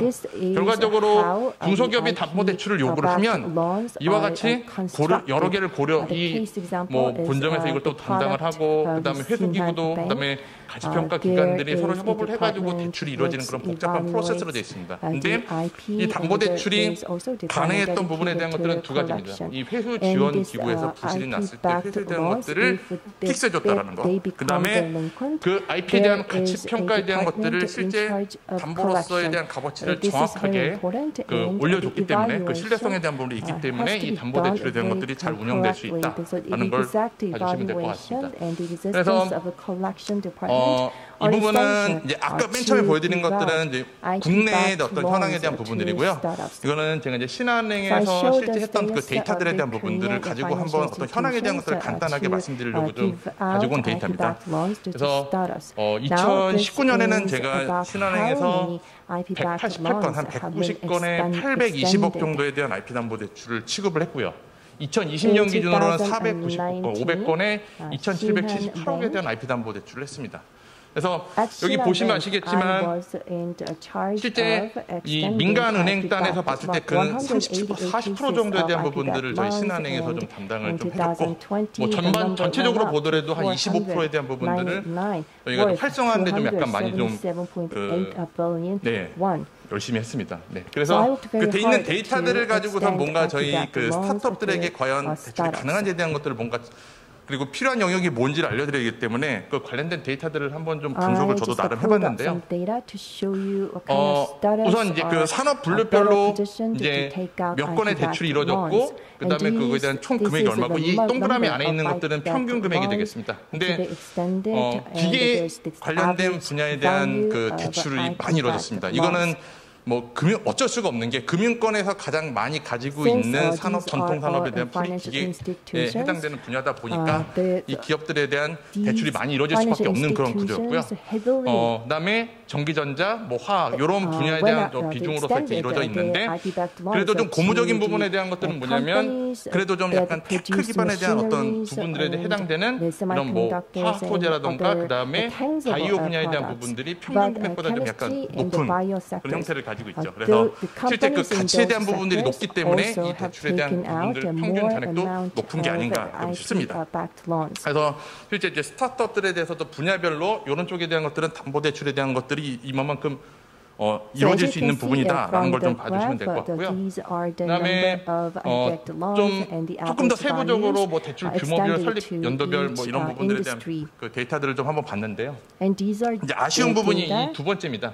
결국 스타트업이라고 한다면 초기 기업들 그러면 초기 창업 기업은 저희가 거의 뭐 7년 이내에 해당되는 부분들인데 그 스타트업들이라고 하면 아예 초기 스타트업은 5%, 그다음에 7년 이내 벤처기업 창업 기업들에 대한 부분들을 봤을 때는 24% 정도에 대한 비중밖에 IP 담보 대출에 대한 혜택을 못 받았다.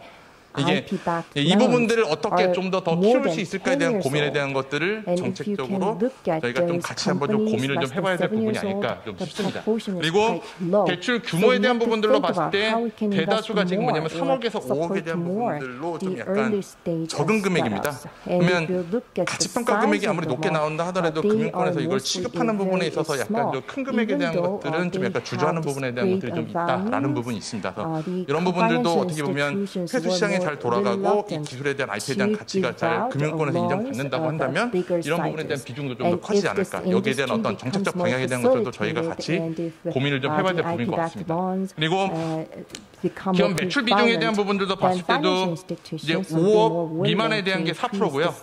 결국 10억 이하에 해당되는 것들도 합쳐봐야 2%밖에 안 되고 대부분들 기업이 20억 원, 기업 매출이 20억 원 이상인 기업들에게 좀 약간 좀 집중이 돼 있습니다. 이게 현재 IP 담보 대출이 가진 어떤 한계인 수도 있는 것 같습니다. 그래서 이 부분들을 그러면은 어떻게 좀 비중을 좀 높일까에 대한 고민들을 좀 해봐야 되는데요. 여기서 이제 제가 좀 제안드리고 싶은 부분들은 저희 회수기구에서 결국 그 담보력에 대한 회수 비중 그 비율을 좀 더 높이게 되면 실제 금융권에서 이거를 담보로 잡을 수 있는 그 비율이 좀 높아지기 때문에 일종의 보증 비율이 올라가는 효과가 있기 때문에 그렇게 되면 이 스타트업들에 대한 이 비중들도 좀 약간 더 높아지지 않을까라는 그런 생각이 듭니다. 그래서 이 부분들은 뭐 저는 제가 그냥 여기서 그 실무단에서 봤을 때 어떤 제한된 부분, 제안을 드리는 부분이고요. 정책을 좀 만드시는 저희 뭐 특허청, 금융위, 그다음에 실제 여기 실무에 있는 분들과 같이 고민하면서 좀 함께 만들어가야 될 부분이 아닐까 싶습니다.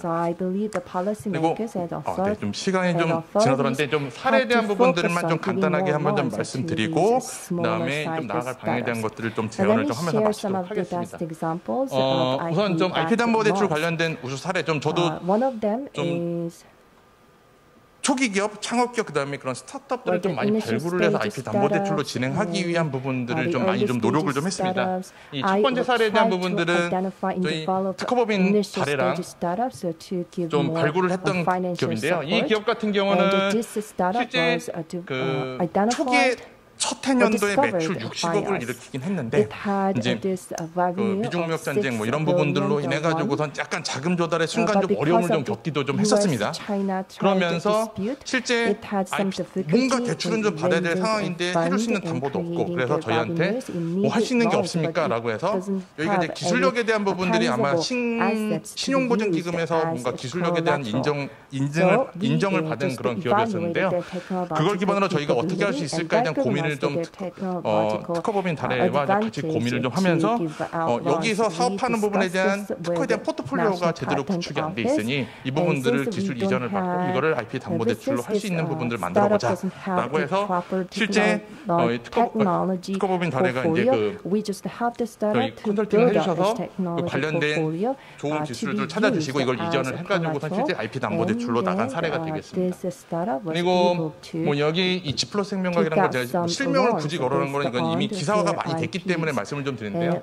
이 같은 경우는 바이오 분야에 대한 부분들은 실제 금융권에서 좀 다루기가 좀 어렵습니다. 왜냐하면 매출도 없는 상태에서 뭔가 대출해주기는 되게 힘든 상황이었는데 여기 같은 경우에 대해서는 실제 투자 목적령에 대한 기술 가치 평가를 받은 거를 저희가 우연히 좀 확인을 좀 했고 기술력에 대한 부분들이 어느 정도 인정되는 부분들이 있어서 실제 매출은 없지만 좀 그 기술 자체에 대한 부분들을 저희가 담보로 좀 잡고선 저희 그 20억에 대한 부분들을 좀 약간 대출을 좀 해준 사례가 되겠습니다. 뭐 이 회사 최근에도 좀 보니까 계속 사업을 좀 잘 하고 계시더라고요.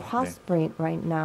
그리고 마지막으로 이제 기술혁신 스타트업 같은 경우에 대해서는 저도 이제 뭐 이 기업에 대해서 실제 2018년부터 이 기업에 대한 부분들을 좀 컨택을 좀 했었고요. 그래서 IP R&D 사업을 지원을 하는 한국특허전략개발원에 대한 그 여러 IP R&D 평가를 통해서 좋은 기업인 거를 제가 알고 있었는데 또 운 좋게 그 특허전략개발원에서 공공기술 이전 사업화 로드쇼에도 이 기업에 대한 IR 자료가 올라와서 이 업체에 대한 부분들이 기술력이 좀 좋고 매출이 잘 발생하고 있는 거를 좀 보고 제가 다양한 투자기관에 대한 투자 검토도 좀 요청을 했고 그다음에 신보에도 좀 요청을 좀 해가지고선 실제 저희 IP 담보대출도 나갔고요. 그다음에 동산담보대출도 나갔고 신용보증기금에서 보증서 기반 대출도 해주고 그다음에 보증 기반 투자까지 연계된 그런 좋은 사례입니다. 이 기업 같은 경우는 한 2년 전만 하더라도 밸류에이션이 좀 적은 금액대였는데 지금은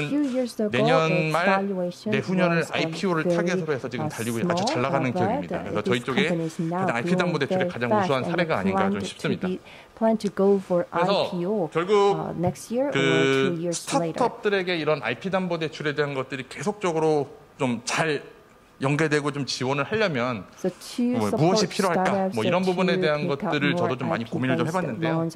우선 그 스타트업들을 실제 금융권, 제도권 내에 좀 가져오려면 이들과 오랜 스킨십을 좀 해서 실제 신용평가라고 하는 부분들도 뭐냐면 갑자기 가서 평가를 하게 되면 재무적인 내용에 대한 부분들만 보고 평가할 수밖에 없습니다. 그래서 좀 그런 좋은 기술 가진 기업들에 대한 부분들을 잘 발굴할 수 있는 뭔가 플랫폼을 좀 구축을 해서 그들을 이제 금융권 제도권 내에 계속 좀 소개를 할 수 있는 부분에 대한 것들이 좀 필요하지 않을까. 그래서 이 부분들은 저희 특허법인 달해와 저희 신한은행이 이 부분들에 대한 것들을 런칭을 좀 하기 위해서 좀 많은 좀 노력을 좀 했었고 실제 뭐 그런 부분에 대한 사례를 좀 몇 가지 좀 만들어 갔었습니다. 네. 그리고 실제 이제 그 금융권에서 이 대출에 대한 거를 심사를 할 때 재무제표만 많이 보거든요. 근데 이제 최근에 이 기술에 대한 부분들을 실제 심사 영역에서 어떻게 넣을까에 대한 고민을 많이 하고 있습니다. 그래서 제가 이제 이전에 몸담았던 신한은행 같은 경우는 기술을 평가하는 분들을 그 심사역으로 전환을 시켜서 그 심사하는 단에서 이미 기술과 산업에 대한 부분들을 평가할 수 있게끔 하는 그런 체계를 좀 구축했습니다. 그게 이제 특정 은행이 아닌 모든 은행에서도 그런 심사학단의 기술을 좀 볼 줄 아는 산업을 트렌드를 볼 줄 아는 분들이 좀 확산이 되어야 이런 IP 담보 대출도 좀 더 확산이 되지 않을까 싶습니다. 그리고 이제 제가 제일 가장 중요하게 보는 영역이 바로 이겁니다. 결국 IP 담보 IP를 담보에 대한 영역으로서 뭔가 잘 가져가려면 그 금융권 내 그 회수 리스크를 최소화시켜줘야 됩니다. 결국 스타트업 같은 경우에 대해서는 뭐 어떻게 될지 모르는 어떤 리스크가 좀 큰 부분이지 않습니까? 근데 기술력이 좋다고 한 부분들을 어떻게든 그 회수 기구라는 곳에서 좀 인정을 해주고 그 부분들이 실제 금융권 관점에서 회수 리스크를 최소화하는 부분에 대한 어떤 그 정책적 방향에 대한 부분들이 나와야. 그래서 이 회수 지원 기구에 대한 역할에 대한 부분들을 그쪽 스타트업들에게 뭔가 혜택이 갈 수 있도록 강화시키는 부분들이 있어야 이 스타트업들에게 IP 담보 대출에 대한 것들이 좀 더 활성화가 되지 않을까 좀 싶습니다.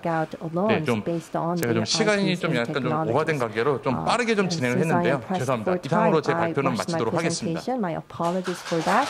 But with this, I want to conclude my presentation. Thank you very much for your attention. 네, IP 금융을 활용한 자금 조달 및 사례라는 주제로 브릿지 폴 인베스트먼트 최진용 이사님의 마지막 발표까지 잘 들어보았습니다. 지식 재산을 통한 자금 조달 마지막 순서까지 다 이어졌는데요. 이 지식 재산에 대해서 관심은 많았지만 정말 실질적인 정보를 얻기 어려웠던 스타트업 분들에게 정말 큰 도움이 되었을 것이라고 믿어 의심치 않습니다. 함께 해주신 청중분들과 또 지식을 공유해주신 발표자분들에게 진심으로 감사를 드리면서요. 좀 더 자세한 내용 보고 싶으신 분들은 방송이 종료된 이후에도 유튜브 라이브 채널을 통해서 다시 한번 재방송을 시청하실 수 있으십니다. 그럼 본 세션은 여기서 마무리하도록 하겠습니다. 감사합니다.